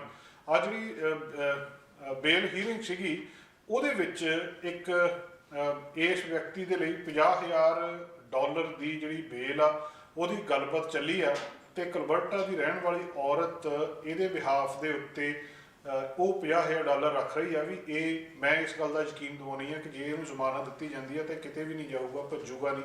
ਉਹਦੇ ਲਈ $50,000 ਜਿਹੜਾ ਰੱਖਿਆ ਜਾਣਾ ਉਹ ਇਹ ਔਰਤ ਜਿਹੜੀ ਆ ਦੇ ਰਹੀ ਹੈ। ਪਰ ਇਹ ਵੀ ਦੱਸਦੇ ਆ ਕਿ ਸਿਰਫ 4 ਹਫ਼ਤੇ ਪਹਿਲਾਂ ਉਹਨੂੰ ਮਿਲੀ ਸੀ ਤੇ ਆਪਣੇ ਘਰ ਦੇ ਵਿੱਚੋਂ ਕਿੱਟੀ ਦੇ ਉੱਤੇ ਇਹ $50,000 ਲੈ ਕੇ ਰੱਖ ਰਹੀ ਹੈ। ਤੇ ਇਸ ਔਰਤ ਦੀ ਕਾਫੀ ਜਿਹੜੀ ਚਰਚਾ ਚੱਲ ਰਹੀ ਹੈ। ਕਾਮਿਕਸ ਇਹਦਾ ਨਾਂ ਦੱਸਦੇ ਆ, ਬੱਸ ਡਰਾਈਵ ਕਰਦੀ ਸੀ, ਰਿਟਾਇਰਡ ਆ ਬੱਚਿਆਂ ਦੇ ਨਾਲ। ਤੇ ਪੈਟ ਕਿੰਗ ਨੂੰ ਥੋੜਾ ਚਿਰ ਪਹਿਲਾਂ ਹੀ ਇਹਨੇ ਆਟਵਾ ਦੇ ਵਿੱਚ ਜਿਹੜਾ ਵੀ ਇਹ ਫਰੀडम ਸੋ ਕਾਲਡ ਫਰੀडम ਕਨਵੋਏ ਸੀਗਾ ਇਹਨੂੰ ਜੁਆਇਨ ਕੀਤਾ ਸੀ। ਸੋ ਇਸ ਗੱਲ ਦੀ ਵੀ ਚਰਚਾ ਚੱਲ ਰਹੀ ਆ ਕਿ ਇਹਨਾਂ ਦੇ ਪਿੱਛੇ ਵੀ ਲੋਕ ਕਿੱਦਾਂ ਇੱਕ ਜਨੂਨ ਦੇ ਨਾਲ ਲੱਗੇ ਆ ਕਿ ਇੱਕ ਅਨਨੋਨ ਜਿਹਨੂੰ 4 ਹਫ਼ਤੇ ਪਹਿਲਾਂ ਹੀ ਮਿਲੀ ਆ ਉਹ ਇਹਦੇ ਲਈ $50,000 ਆਪਣੇ ਘਰ ਦੇ ਉੱਤੇ ਚੱਕ ਕੇ ਰੱਖਣ ਲਈ ਤਿਆਰ ਹੋਈ ਆ। ਹੁਣ ਕੀ ਇਹਦੇ ਤੋਂ ਬਾਅਦ ਹੁੰਦਾ ਆ, ਕੀ ਇਹ ਬਾਹਰ ਆ ਕੇ ਕੁਛ ਨਾ ਕੁਛ ਕਰਦੇ ਆ ਜਾਂ ਇਹ ਗੱਲਬਾਤ ਇੱਥੇ ਹੀ ਖਤਮ ਹੋ ਜਾਂਦੀ ਆ। ਇਹ ਜਿੰਨਾ 3 ਹਫ਼ਤੇ ਚੱਲਿਆ ਇਹਦੇ 'ਚ ਹੀ ਖਤਮ ਹੋ ਜਾਂਦਾ, ਇਹ ਵੀ ਇੱਕ ਬਹੁਤ ਵੱਡਾ ਸਵਾਲ ਆ। ਇੱਥੇ ਫਰੀडम ਕਨਵੋਏ ਦੇ ਪ੍ਰੋਟੈਸਟ ਦੇ ਵਿੱਚ 2 ਲੀਡਿੰਗ ਫਿਗਰ ਸੀਗੀਆਂ, ਉਹਨਾਂ ਦੀ ਜਿਹੜੀ ਬੇਲ ਸੀਗੀ ਉਹ ਡਿਨਾਈ ਕਰ ਦਿੱਤੀ ਸੀ ਅੰਟਾਰੀਓ ਕੋਰਟ ਜਸਟਿਸ ਨੇ। ਉਹ ਆਟਵਾ ਦੇ ਵਿੱਚ ਇਹਨਾਂ ਦੋਵਾਂ ਦੀ ਜਿਹੜੀ ਟਮਾਰਾ ਲੀਸ਼ ਤੇ ਇਹਦੀ ਬੇਲ ਜਿਹੜੀ ਸੀਗੀ ਇਹਨਾਂ 2 ਲੀਡਰਾਂ ਦੀ ਡਿਨਾਈ ਕਰ ਦਿੱਤੀ ਗਈ ਸੀ ਅੱਜ ਕਿ ਅਸੀਂ ਇਹਨਾਂ ਨੂੰ ਇਹ ਬੇਲ ਨਹੀਂ ਦਿੱਤੀ ਜਾ ਸਕਦੀ। ਪੈਟ ਕਿੰਗ ਦਾ ਡਿਸੀਜਨ ਕੀ ਆਉਂਦਾ ਇਹਦੇ ਬਾਰੇ ਅਜੇ ਤੱਕ ਅਪਡੇਟ ਨਹੀਂ ਆਈ, ਪਰ ਜਿਹੜੀ ਆ ਇਹਨਾਂ ਦਾ 2 ਟੌਪ ਦੇ ਲੀਡਰਾਂ ਦੀ ਉਹਨਾਂ ਦੀ ਬੇਲ ਜਿਹੜੀ ਉਹ ਰਿਜੈਕਟ ਕਰ ਦਿੱਤੀ ਗਈ ਹੈ। ਇਹਦੇ ਤੋਂ ਬਾਅਦ ਹੁਣ ਬਹੁਤ ਸਾਰੇ ਸਵਾਲ ਫੇਰ ਉੱਠਣੇ ਸ਼ੁਰੂ ਹੋ ਗਏ ਆ ਕਿ ਇਹ ਗੱਲਬਾਤ ਇੱਥੇ ਖਤਮ ਹੋ ਜਾਂਦੀ ਜਾਂ ਕਿਤੇ ਚੱਲਦੀ ਆ। ਇਹ ਇੱਥੇ ਇਹ ਵੀ ਤੁਹਾਨੂੰ ਦੱਸਣ ਵਾਲੀ ਗੱਲ ਆ ਕਿ ਜਿਹੜੀ ਦੁਨੀਆ ਦੇ ਹੋਰ ਦੇਸ਼ਾਂ ਦੇ ਵਿੱਚ, ਨਿਊਜ਼ੀਲੈਂਡ ਦੇ ਵਿੱਚ ਵੀ ਪਾਰਲੀਮੈਂਟ ਦੇ ਅੱਗੇ ਪ੍ਰਦਰਸ਼ਨ ਇਸੇ ਤਰ੍ਹਾਂ ਚੱਲਿਆ, ਕਈ ਹੋਰ ਦੇਸ਼ਾਂ ਦੇ ਵਿੱਚ ਵੀ ਇਹ ਗੱਲਬਾਤ ਇਸੇ ਤਰ੍ਹਾਂ ਚੱਲੀ ਆ। ਪਰ ਇੱਥੇ ਹੁਣ ਜਿਸ ਤਰੀਕੇ ਦੇ ਨਾਲ ਇਹਨੂੰ ਖਤਮ ਕਰ ਦਿੱਤਾ ਗਿਆ, ਲੱਗਦਾ ਨਹੀਂ ਕਿ ਆਉਣ ਵਾਲੇ ਸਮੇਂ ਦੇ ਵਿੱਚ ਇਹਦਾ ਕੋਈ ਨਾ ਕੋਈ ਰੂਪ ਸਾਹਮਣੇ ਆਊਗਾ। ਆਲੋਚਨਾ ਬਹੁਤ ਸਾਰੀ ਸਰਕਾਰ ਦੀ ਇਸ ਪਾਸੇ ਵੀ ਹੋ ਰਹੀ ਆ ਕਿ ਇਹਨਾਂ ਨੇ ਜਿਹੜੇ ਮਨੁੱਖੀ ਅਧਿਕਾਰਾਂ ਦਾ ਖਿਆਲ ਨਹੀਂ ਰੱਖਿਆ, ਤੇ ਇਸ ਕਰਕੇ ਵੀ ਹੋ ਰਹੀ ਆ ਕਿ ਇੱਕ ਤਰ੍ਹਾਂ ਦੀ ਐਮਰਜੈਂਸੀ ਜਿਹੜੇ ਆਰਡਰ ਸੀਗੇ ਉਹਨਾਂ ਨੂੰ ਕਿਉਂ ਰਿਵੋਕ ਕੀਤਾ ਗਿਆ। ਪਰ ਦੂਜੇ ਪਾਸੇ ਲੋਕ ਇਹ ਵੀ ਕਹਿ ਰਹੇ ਆ ਕਿ ਇਹਨਾਂ ਨੂੰ ਜਲਦੀ ਤੋਂ ਜਲਦੀ ਇੱਥੇ ਹਟਾਉਣਾ ਵੀ ਜ਼ਰੂਰੀ ਸੀ। ਜਿਹੜੇ ਲੋਕ ਇਸ ਗੱਲ ਦੀ ਆਲੋਚਨਾ ਕਰ ਰਹੇ ਆ ਕਿ ਇਹਨਾਂ ਦੇ ਅਧਿਕਾਰਾਂ ਦਾ ਘਾਣ ਕੀਤਾ ਗਿਆ, ਉਹਨਾਂ ਦੇ ਲਈ ਕੁਝ ਗੱਲਾਂ ਜਿਹੜੀਆਂ ਮਾਹਰ ਨੇ ਇਸ ਵੇਲੇ ਕਾਨੂੰਨ ਦੇ ਉਹ ਸਪਸ਼ਟ ਕਰ ਰਹੇ ਆ ਕਿ ਭਾਵੇਂ ਤੁਸੀਂ ਪਾਰਲੀਮੈਂਟ ਦੇ ਸਾਹਮਣੇ ਜੋ ਕੁਝ ਇਹ ਪ੍ਰਦਰਸ਼ਨ ਕੀਤਾ, ਕੀ ਇਹ ਤੁਹਾਡਾ ਸੰਵਿਧਾਨਿਕ ਹੱਕ ਸੀ? ਕੀ ਤੁਸੀਂ ਆਪਣੇ ਸੰਵਿਧਾਨਿਕ ਹੱਕ ਦੀ ਉਲੰਘਣਾ ਕਰਕੇ ਪ੍ਰਦਰਸ਼ਨ ਕੀਤਾ? ਜਿਹੜੇ ਉੱਥੇ ਅਰੈਸਟ ਕੀਤੇ ਗਏ ਆ ਉਹਨਾਂ ਨੇ ਸਿੱਧੀ ਸਿੱਧੀ ਕੰਪਲੇਂਟ ਕੀਤੀ ਹੈ। ਜਿਹੜੇ ਲੋਕ, ਚਾਹੇ ਇਹ ਲੀਸ਼ ਆ ਜਾਂ ਉਹਦਾ ਹਸਬੈਂਡ, ਇਹ ਖਾਸ ਤੌਰ ਦੇ ਉੱਤੇ ਟਮਾਰਾ ਲੀਸ਼ ਦਾ ਇਹ ਕੰਪਲੇਂਟ ਕਰ ਰਿਹਾ ਆ ਕਿ ਤੁਸੀਂ ਸਾਡੇ ਹੱਕਾਂ ਨੂੰ ਜਾਣ ਬੁੱਝ ਕੇ ਇਹਨਾਂ ਦਾ ਘਾਣ ਕੀਤਾ। ਲੋਕ ਥੋੜ੍ਹੇ ਜਿਹੇ ਕਨਫਿਊਜ਼ ਨੇ। ਅਸਲ ਦੇ ਵਿੱਚ ਬਹੁਤੇ ਲੋਕ ਕੈਨੇਡਾ ਦੇ ਲੋਕਾਂ ਦੇ ਜਿਹੜੇ ਧਰਨਾ ਦੇਣ ਦੇ ਜਾਂ ਮੁਜ਼ਾਹਰਾ ਕਰਨ ਦੇ ਅਧਿਕਾਰ ਜਾਂ ਹੱਕ ਆ, ਉਹਨਾਂ ਨੂੰ US ਦੇ ਨਾਲ ਕਿਤੇ ਨਾ ਕਿਤੇ ਲੋਕ ਕਨਫਿਊਜ਼ ਵੀ ਕਰ ਰਹੇ ਆ। ਅਮਰੀਕਾ ਤੇ ਕੈਨੇਡਾ ਦਾ ਬਹੁਤ ਕੁਝ ਸਮਝ ਆਇਆ, ਬਹੁਤ ਲੰਬਾ ਇਹਨਾਂ ਦਾ ਦੁਨੀਆ ਦੇ ਵਿੱਚ ਅਨਡਿਫੈਂਡਡ ਜਿਹੜਾ ਇਹ ਬਾਰਡਰ ਆ, ਪਰ ਇਹਨਾਂ ਦੇ ਲੀਗਲ ਸਿਸਟਮ ਦੇ ਵਿੱਚ ਕੁਝ ਨੁਕਤੇ ਆ ਜਿਹੜੇ ਦੱਸੇ ਜਾ ਰਹੇ ਆ ਕਿ ਜਿਹੜਾ Canadian charter of rights and freedoms ਆ, ਇਹ ਕਨਸਟੀਟਿਊਸ਼ਨਲ ਸੰਵਿਧਾਨਿਕ ਇੰਡੀਵਿਜੂਅਲ ਰਾਈਟਸ ਹੈਗਾ, ਪਰ ਇਹ ਸਰਕਾਰ ਨੂੰ ਇਸ ਗੱਲ ਦੀ ਆਗਿਆ ਵੀ ਦਿੰਦਾ ਆ ਕਿ ਉਹ ਤੁਹਾਡੀਆਂ ਲਿਮਿਟਸ ਨੂੰ ਜਸਟੀਫਾਈ ਕਰ ਸਕੇ ਕਿ ਤੁਹਾਡੇ ਹੱਕ ਕਿੱਥੇ ਤੱਕ ਆ। ਤਾਂ ਤੁਸੀਂ ਉਹਦਾ ਜਿਹੜਾ ਸੈਕਸ਼ਨ 1 ਆਫ ਜਿਹੜਾ ਚਾਰਟਰ ਸਟੇਟਸ ਇਹ ਦੱਸਦਾ ਆ, ਜਿਹੜਾ ਸੈਕਸ਼ਨ 1 ਆਫ ਦਾ ਚਾਰਟਰ ਇਹ ਕਹਿੰਦਾ ਆ ਕਿ ਜਿਹੜੇ ਇਹ ਰਾਈਟਸ ਆ ਇਹ ਰੀਜ਼ਨੇਬਲ ਲਿਮਿਟਸ ਦੇ ਵਿੱਚ ਹੋਣੇ ਚਾਹੀਦੇ ਆ, ਤੇ ਇਹਨੂੰ ਇਸ ਗੱਲ ਦਾ ਫੈਸਲਾ ਸਰਕਾਰ ਕਰ ਸਕਦੀ ਆ ਕਿ ਇੱਥੇ ਤੱਕ ਤੁਹਾਡੇ ਹੱਕ ਨੇ ਤੇ ਇਹਦੇ ਤੋਂ ਬਾਅਦ ਤੁਸੀਂ ਇਹਨਾਂ ਤੋਂ ਅੱਗੇ ਜਾ ਰਹੇ ਹੋ। ਦੂਜੇ ਸ਼ਬਦਾਂ ਦੇ ਵਿੱਚ ਇਹ ਰਾਈਟਸ ਐਬਸੋਲੂਟ ਨਹੀਂ ਹੈ, ਇਹ ਥੋੜਾ ਜਿਹਾ ਕੰਪਲੈਕਸ ਦੱਸਿਆ ਜਾ ਰਿਹਾ। ਦੁਨੀਆ ਦੀਆਂ ਬਹੁਤ ਸਾਰੀਆਂ ਸੁਸਾਇਟੀਜ਼ ਦੇ ਵਿੱਚ ਇੰਡੀਵਿਜੂਅਲ ਰਾਈਟਸ ਐਸੇ ਤਰ੍ਹਾਂ ਦੇ ਨੇ, ਲਗਭਗ ਇਹਦੇ ਨੇੜੇ ਤੇੜੇ ਨੇ ਕਿ ਤੁਹਾਡੇ ਹੱਕ ਹੈਗੇ ਆ, ਪਰ ਤੁਹਾਡੇ ਕੋਲੇ ਹੱਕ ਆ ਕਿ ਤੁਸੀਂ ਅਨਵਾਂਟਡ ਵੈਕਸੀਨ ਨੂੰ ਰਿਫਿਊਜ਼ ਕਰ ਸਕਦੇ, ਇਹ ਤੁਹਾਡਾ ਹੱਕ ਆ, ਪਰ ਤੁਸੀਂ ਕਿਸੇ ਹੋਰ ਨੂੰ ਇਹ ਲਵਾਉਣ ਤੋਂ ਰੋਕੋ, ਧਰਨਾ ਮੁਜ਼ਾਹਰਾ ਦਿਓ, ਉਹਨਾਂ ਨੂੰ ਓਬਸਟਰਕਟ ਕਰੋ, ਇਸ ਗੱਲ ਦਾ ਹੱਕ ਤੁਹਾਡੇ ਕੋਲ ਨਹੀਂ ਹੈ। ਤੁਹਾਨੂੰ ਯਾਦ ਹੋਊਗਾ ਅਮਰੀਕਾ ਦੇ ਵਿੱਚ ਬਹੁਤ ਸਾਰੀਆਂ ਥਾਵਾਂ ਦੇ ਉੱਤੇ ਉਹਨਾਂ ਨੇ ਜਿੱਥੇ ਵੈਕਸੀਨ ਲੱਗਦੀ ਸੀ ਉਹਨਾਂ ਨੂੰ ਜਾ ਕੇ ਰੋਕਿਆ, ਸਟੇਡੀਅਮ ਦੇ ਰਸਤੇ ਰੋਕ ਦਿੱਤੇ ਤੇ ਬਹੁਤ ਕੁਝ ਕੀਤਾ। ਜਿਹੜਾ US ਬਿੱਲ ਆਫ ਰਾਈਟਸ ਆ ਉਹ ਇਹਦੇ ਸਾਡੇ ਚਾਰਟਰ ਦੇ ਸੈਕਸ਼ਨ 1 ਦੇ ਬਰਾਬਰ ਨਹੀਂ ਹੈ, ਇਹਦੇ ਵਿੱਚ ਥੋੜਾ ਜਿਹਾ ਫਰਕ ਹੈ। ਮਾਹਰ ਕਹਿ ਰਿਹਾ ਹੈ ਕਿ ਸਰਕਾਰ ਨੇ ਜੋ ਕੀਤਾ ਉਹ ਠੀਕ ਕੀਤਾ, ਇਹ ਸਮੱਸਿਆ ਦਾ ਇਹੀ ਹੱਲ ਕੀਤਾ ਜਾਣਾ ਚਾਹੀਦਾ ਸੀ। ਅੱਜ ਬ੍ਰਿਟਿਸ਼ ਕੋਲੰਬੀਆ ਦਾ ਬਜਟ ਪੇਸ਼ ਕੀਤਾ ਗਿਆ।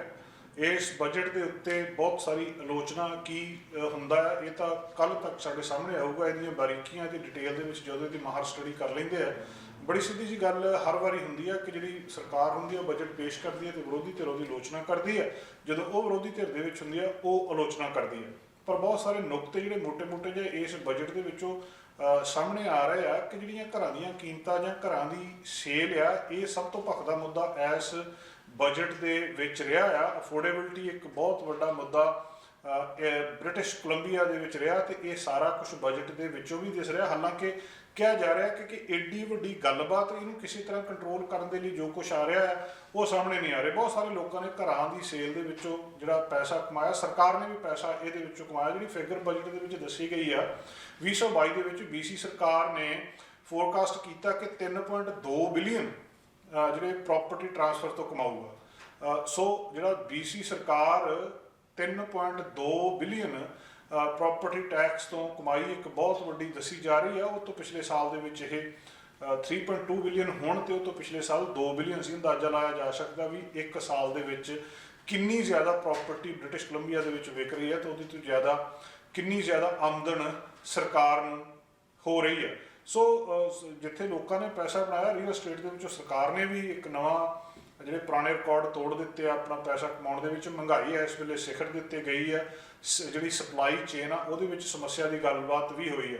ਹਾਊਸਿੰਗ ਸਪਲਾਈ ਅਜੇ ਵੀ ਇਸ ਬਜਟ ਦੇ ਵਿੱਚ ਇੱਕ ਵੱਡਾ ਚੈਲੰਜ ਦੱਸਦਾ ਹੈ। ਹਾਲਾਂਕਿ ਲੌਂਗ ਟਰਮ ਪਲਾਨਸ ਇਹਦੇ ਵਿੱਚੋਂ ਨਜ਼ਰ ਆ ਰਹੇ ਆ ਕਿ ਲੰਬੇ ਸਮੇਂ ਦੇ ਵਿੱਚ ਇਹਨੂੰ ਐਡਰੈਸ ਕਰਨ ਦੇ ਲਈ ਕੀ ਕੀਤਾ ਜਾਣਾ। ਪਰ ਜਿਹੜੀ ਐਮਰਜੈਂਸੀ ਹੁਣ ਲੋੜ ਆ ਕਿ ਹੁਣ ਜੋ ਕੁਝ ਮਾਰਕੀਟ ਦੇ ਵਿੱਚ ਕੀ ਹੋ ਰਿਹਾ ਇਹਨੂੰ ਕਿਸ ਤਰੀਕੇ ਦੇ ਨਾਲ ਸਾਂਭਿਆ ਜਾ ਸਕਦਾ, ਇਹਦਾ ਕੋਈ ਬਹੁਤਾ ਇਸ ਬਜਟ ਦੇ ਵਿੱਚ ਨਜ਼ਰ ਨਹੀਂ ਆ ਰਿਹਾ। ਐਡੀਸ਼ਨਲ 166 ਮਿਲੀਅਨ ਡਾਲਰ ਜਿਹੜੇ ਆ ਅਗਲੀ ਪਲਾਨ ਦੇ ਵਿੱਚ ਰੱਖੇ ਗਏ ਆ ਤੇ ਹੋਰ ਜਿਹੜੇ 1,14,000 ਅਫੋਰਡੇਬਲ ਹਾਊਸਿੰਗ ਯੂਨਿਟਸ ਬਣਾਏ ਜਾਣਗੇ ਆਉਣ ਵਾਲੇ 10 ਸਾਲਾਂ ਦੇ ਵਿੱਚ। ਸੋ ਲੌਂਗ ਟਰਮ ਪਲਾਨ ਹੈਗੀ ਆ, ਦੱਸਦੇ ਆ ਕਿ ਬਹੁਤ ਵਧੀਆ ਆ, ਪਰ ਇਹ ਹੁਣ ਇਮੀਡੀਏਟਲੀ ਕੀ ਕੀਤਾ ਜਾ ਸਕਦਾ ਇਹਦਾ ਕੁਝ ਵੀ ਅਜੇ ਤੱਕ ਨਹੀਂ ਦਿਸਦਾ। ਚਾਈਲਡ ਕੇਅਰ ਇੱਕ ਦੂਜਾ ਸਭ ਤੋਂ ਭਖਦਾ ਮਸਲਾ ਇਸ ਮਾਮਲੇ ਦੇ ਵਿੱਚ ਸੀਗਾ, ਕਿਉਂਕਿ ਮੰਨਿਆ ਜਾਂਦਾ ਜਦੋਂ ਚਾਈਲਡ ਕੇਅਰ ਅਫੋਰਡੇਬਲ ਹੋਊਗੀ ਤਾਂ ਲੋਕ ਵੱਧ ਤੋਂ ਵੱਧ ਕੰਮਾਂ ਦੇ ਉੱਤੇ ਜਾਣਗੇ ਜਾਂ ਉਸ ਵੇਲੇ ਜਿਹੜੀ ਜ਼ਿਆਦਾ ਉਹਨਾਂ ਦਾ ਉਸ ਪਾਸੇ ਬੋਝ ਜ਼ਿਆਦਾ ਹਲਕਾ ਹੋਊਗਾ। ਇਹਦੀ ਰੇਟ ਜਿਹੜੇ ਲੋਅਰ ਕਰਨ ਦੇ ਲਈ ਲਗਾਤਾਰ NDP ਕਹਿ ਰਹੀ ਹੈ ਪਿਛਲੇ ਲੰਬੇ ਸਮੇਂ ਤੋਂ ਜਿਹੜਾ $10 ਡੇ ਚਾਈਲਡ ਕੇਅਰ ਆ। ਐਸੇ ਤਰ੍ਹਾਂ ਪਹਿਲਾਂ ਸਰਕਾਰ ਨੇ ਐਗਰੀਮੈਂਟ ਫੈਡਰਲ ਸਰਕਾਰ ਦੇ ਨਾਲ ਜਿਹੜਾ ਅਨਾਉਂਸ ਕੀਤਾ ਸੀ ਕਿ ਜਿਹੜੀ ਐਵਰੇਜ ਇਹਦੀ ਕਾਸਟ ਆ ਇਹ ਸਾਰੇ ਕੁਝ ਨੂੰ 50% ਘਟਾ ਦੇਣਾ ਕਿ ਥੱਲੇ ਆ ਜਾਊਗੀ। ਉਹਦੇ ਨਾਲ ਕਾਫੀ ਵੱਡਾ ਫਰਕ ਇਹਨੂੰ ਪਊਗਾ। ਸੋ ਵੀ ਇੱਕ ਖਾਸ ਤੌਰ ਦੇ ਉੱਤੇ ਮੁੱਦਾ ਸੀਗਾ। ਸੋ ਬਜਟ ਦੇ ਵਿੱਚ ਹੋਰ ਵੀ ਬਹੁਤ ਸਾਰੇ ਪੈਂਡੈਮਿਕ ਨਾਲ ਰਿਲੇਟਡ ਜਿਹੜੇ ਕ੍ਰਾਈਸਿਸ ਸੀਗੇ ਉਹ ਦੱਸੇ ਗਏ। ਹਰ ਇੱਕ ਥਾਂ ਦੇ ਉੱਤੇ ਅਸਰ ਪਿਆ ਤੇ ਸਰਕਾਰ ਦੇ ਕੰਮਾਂ ਕਾਰਾਂ ਦੇ ਉੱਤੇ ਵੀ ਅਸਰ ਜਿਹੜਾ ਹੈ ਉਹ ਪਿਆ ਹੈ। ਡਰੱਗ ਕ੍ਰਾਈਸਿਸ ਆ ਇਹ ਬਹੁਤ ਵੱਡਾ ਸਰੀ ਦੇ ਵਿੱਚ ਮੁੱਦਾ ਹੈ। ਤੁਹਾਨੂੰ ਪਤਾ ਕਿ ਕੋਵਿਡ ਤੋਂ ਵੀ ਜ਼ਿਆਦਾ ਮੌਤਾਂ ਡਰੱਗ ਦੇ ਨਾਲ ਹੋ ਰਹੀਆਂ। 6 ਜਣੇ ਰੋਜ਼ ਜ਼ਿਆਦਾ ਡਰੱਗ ਓਵਰਡੋਜ਼ ਲੈਣ ਦੇ ਨਾਲ ਬ੍ਰਿਟਿਸ਼ ਕੋਲੰਬੀਆ ਦੇ ਵਿੱਚ ਮਰ ਰਹੇ। ਸਰਕਾਰ ਇਹਦੇ ਲਈ ਕੀ ਕਰ ਰਹੀ ਹੈ? ਉਹ ਕਹਿੰਦੇ ਵੀ ਸਾਡਾ ਸਾਰਾ ਜਿਹੜਾ ਬਜਟ ਦੇ ਵਿੱਚ ਜਿਹੜਾ ਇਹਨੂੰ ਜਦੋਂ ਉਹਨਾਂ ਨੂੰ ਪੁੱਛਿਆ ਸੀ ਕਿ ਇਹ ਬਜਟ 2022 ਦਾ ਇੰਨਾ ਕੁ ਹੈਗਾ ਆ ਵੀ ਇਹ ਜਿਹੜੀਆਂ ਮੌਤਾਂ ਦੀ ਗਿਣਤੀ ਹੋ ਰਹੀ ਹੈ ਇਹਨੂੰ ਘਟਾ ਸਕੇ, ਤਾਂ ਉਹ ਕਹਿੰਦੇ ਵੀ ਅਸੀਂ ਪੂਰਾ ਕੰਮ ਕਰ ਰਹੇ ਹਾਂ ਕਿ ਜਿਹੜੀ ਸੇਫ ਸਪਲਾਈ ਹੈ ਡਰੱਗਸ ਦੀ ਲੋਕਾਂ ਤੱਕ ਹੋ ਸਕੇ, ਤਾਂ ਕਿ ਜਿਹੜੀਆਂ ਓਵਰਡੋਜ਼ ਡੈਥਸ ਆ ਉਹਨਾਂ ਨੂੰ ਰੋਕਿਆ ਜਾ ਕੇ। ਕਲਾਈਮੇਟ ਚੇਂਜ ਇੱਕ ਹੋਰ ਬਹੁਤ ਵੱਡਾ ਮੁੱਦਾ ਸੀ ਇਸ ਸਾਰੇ ਕੁਝ ਦੇ ਵਿੱਚ। ਇਹ ਕਿਉਂਕਿ ਪਿਛਲੇ ਸਮੇਂ ਦੇ ਬ੍ਰਿਟਿਸ਼ ਕੋਲੰਬੀਆ ਖਾਸ ਤੌਰ ਦੇ ਉੱਤੇ ਕਲਾਈਮੇਟ ਰਿਲੇਟਡ ਐਮਰਜੈਂਸੀ ਦੇ ਨਾਲ ਜੂਝਦਾ ਰਿਹਾ। ਕਦੇ ਹੜ੍ਹ ਆ ਗਏ, ਕਦੇ ਗਰਮੀ ਪੈ ਗਈ, ਕਦੇ ਜਿਹੜੇ ਕੋਈ ਹੋਰ ਸਮੱਸਿਆ ਸਾਡੇ ਸਾਹਮਣੇ ਆ ਜਾਂਦੀ ਹੈ। ਇਹਨਾਂ ਸਾਰਿਆਂ ਦੀ ਉੱਤੇ ਵੀ ਖਾਸ ਤੌਰ ਦੇ ਉੱਤੇ ਇਸ ਬਜਟ ਦੇ ਵਿੱਚ 2022 ਦੇ ਬਜਟ ਦੇ ਵਿੱਚ ਧਿਆਨ ਦਿੱਤਾ ਗਿਆ। ਜਿਹੜਾ ਟੋਟਲ 2.1 ਬਿਲੀਅਨ 2021 ਤੋਂ ਜਿਹੜਾ ਐਂਡ ਤੱਕ ਉਹ ਇਨਵੈਸਟ ਕਰਨ ਦੀ ਗੱਲਬਾਤ ਵੀ ਇਹਦੇ ਨਾਲ ਹੀ ਆ। ਸੋ ਇਹਦੀਆਂ ਡਿਟੇਲਸ ਜਾਂ ਇਹਦੇ ਹੋਰ ਜਿਹੜੇ ਨੁਕਤੇ ਆ ਉਹ ਆਉਣ ਵਾਲੇ ਸਮੇਂ ਦੇ ਵਿੱਚ ਸਾਹਮਣੇ ਆਉਣਗੇ ਜਦੋਂ ਇਹਦੀ ਬਿਲਕੁਲ ਬਜਟ ਦੀ ਪੂਰੀ ਚੀੜ ਫਾੜ ਕਰਕੇ ਫਿਰ ਦੱਸਿਆ ਜਾਊਗਾ ਕਿ ਇਹਦੇ ਵਿੱਚ ਜਿਹੜੀ ਚੀਜ਼ ਚੰਗੀ ਆ ਤੇ ਆਹ ਚੀਜ਼ ਇੱਥੇ ਘਾਟ ਆ। ਪਰ ਕੁਦਰਤੀ ਤੌਰ ਤੇ ਜਿਹੜੇ ਸਰਕਾਰ ਪੱਖੀ ਲੋਕ ਨੇ NDP ਦੇ ਨੇ ਉਹ ਕੁਦਰਤੀ ਤੌਰ ਤੇ ਕਹਿ ਰਹੇ ਆ ਕਿ ਅਸੀਂ ਬਹੁਤ ਵਧੀਆ ਬਜਟ ਲੈ ਕੇ ਆਏ ਹਾਂ। ਇਹਦੇ ਨਾਲ ਕੁਦਰਤੀ ਤੌਰ ਤੇ ਜਿਹੜਾ ਜਿੱਦਾਂ ਕਿ ਸਰਕਾਰ ਦਾ ਯਤਨ ਹੀ ਹੈ ਕਿ ਇਹਨੂੰ BC ਨੂੰ ਜਿਹੜੀ ਇਹਦੀ ਇਕਨੋਮਿਕਲੀ ਠੀਕ ਠਾਕ ਕਰਨ ਦੇ ਵਿੱਚ ਇਹ ਸਹਾਈ ਹੋਊਗਾ, ਤੇ ਦੂਜੇ ਪਾਸੇ ਕਿਤੇ ਨਾ ਕਿਤੇ ਇਹਦੀ ਆਲੋਚਨਾ ਵੀ ਆਉਣ ਵਾਲੇ ਸਮੇਂ ਦੇ ਵਿੱਚ ਸਾਹਮਣੇ ਨਾਲ ਹੀ ਆਊਗੀ। ਸਾਡਾ ਹਰ ਇੱਕ ਪ੍ਰੋਗਰਾਮ ਦੇਖਣ ਤੇ ਸਾਡੇ ਨਾਲ ਜੁੜਨ ਲਈ ਸਬਸਕ੍ਰਾਈਬ ਕਰੋ ਚੈਨਲ ਪੰਜਾਬੀ ਤੇ ਨੋਟੀਫਿਕੇਸ਼ਨ ਲਈ ਬੈਲ ਆਈਕਨ ਵਾਲੇ ਬਟਨ ਤੇ ਕਲਿੱਕ ਕਰੋ।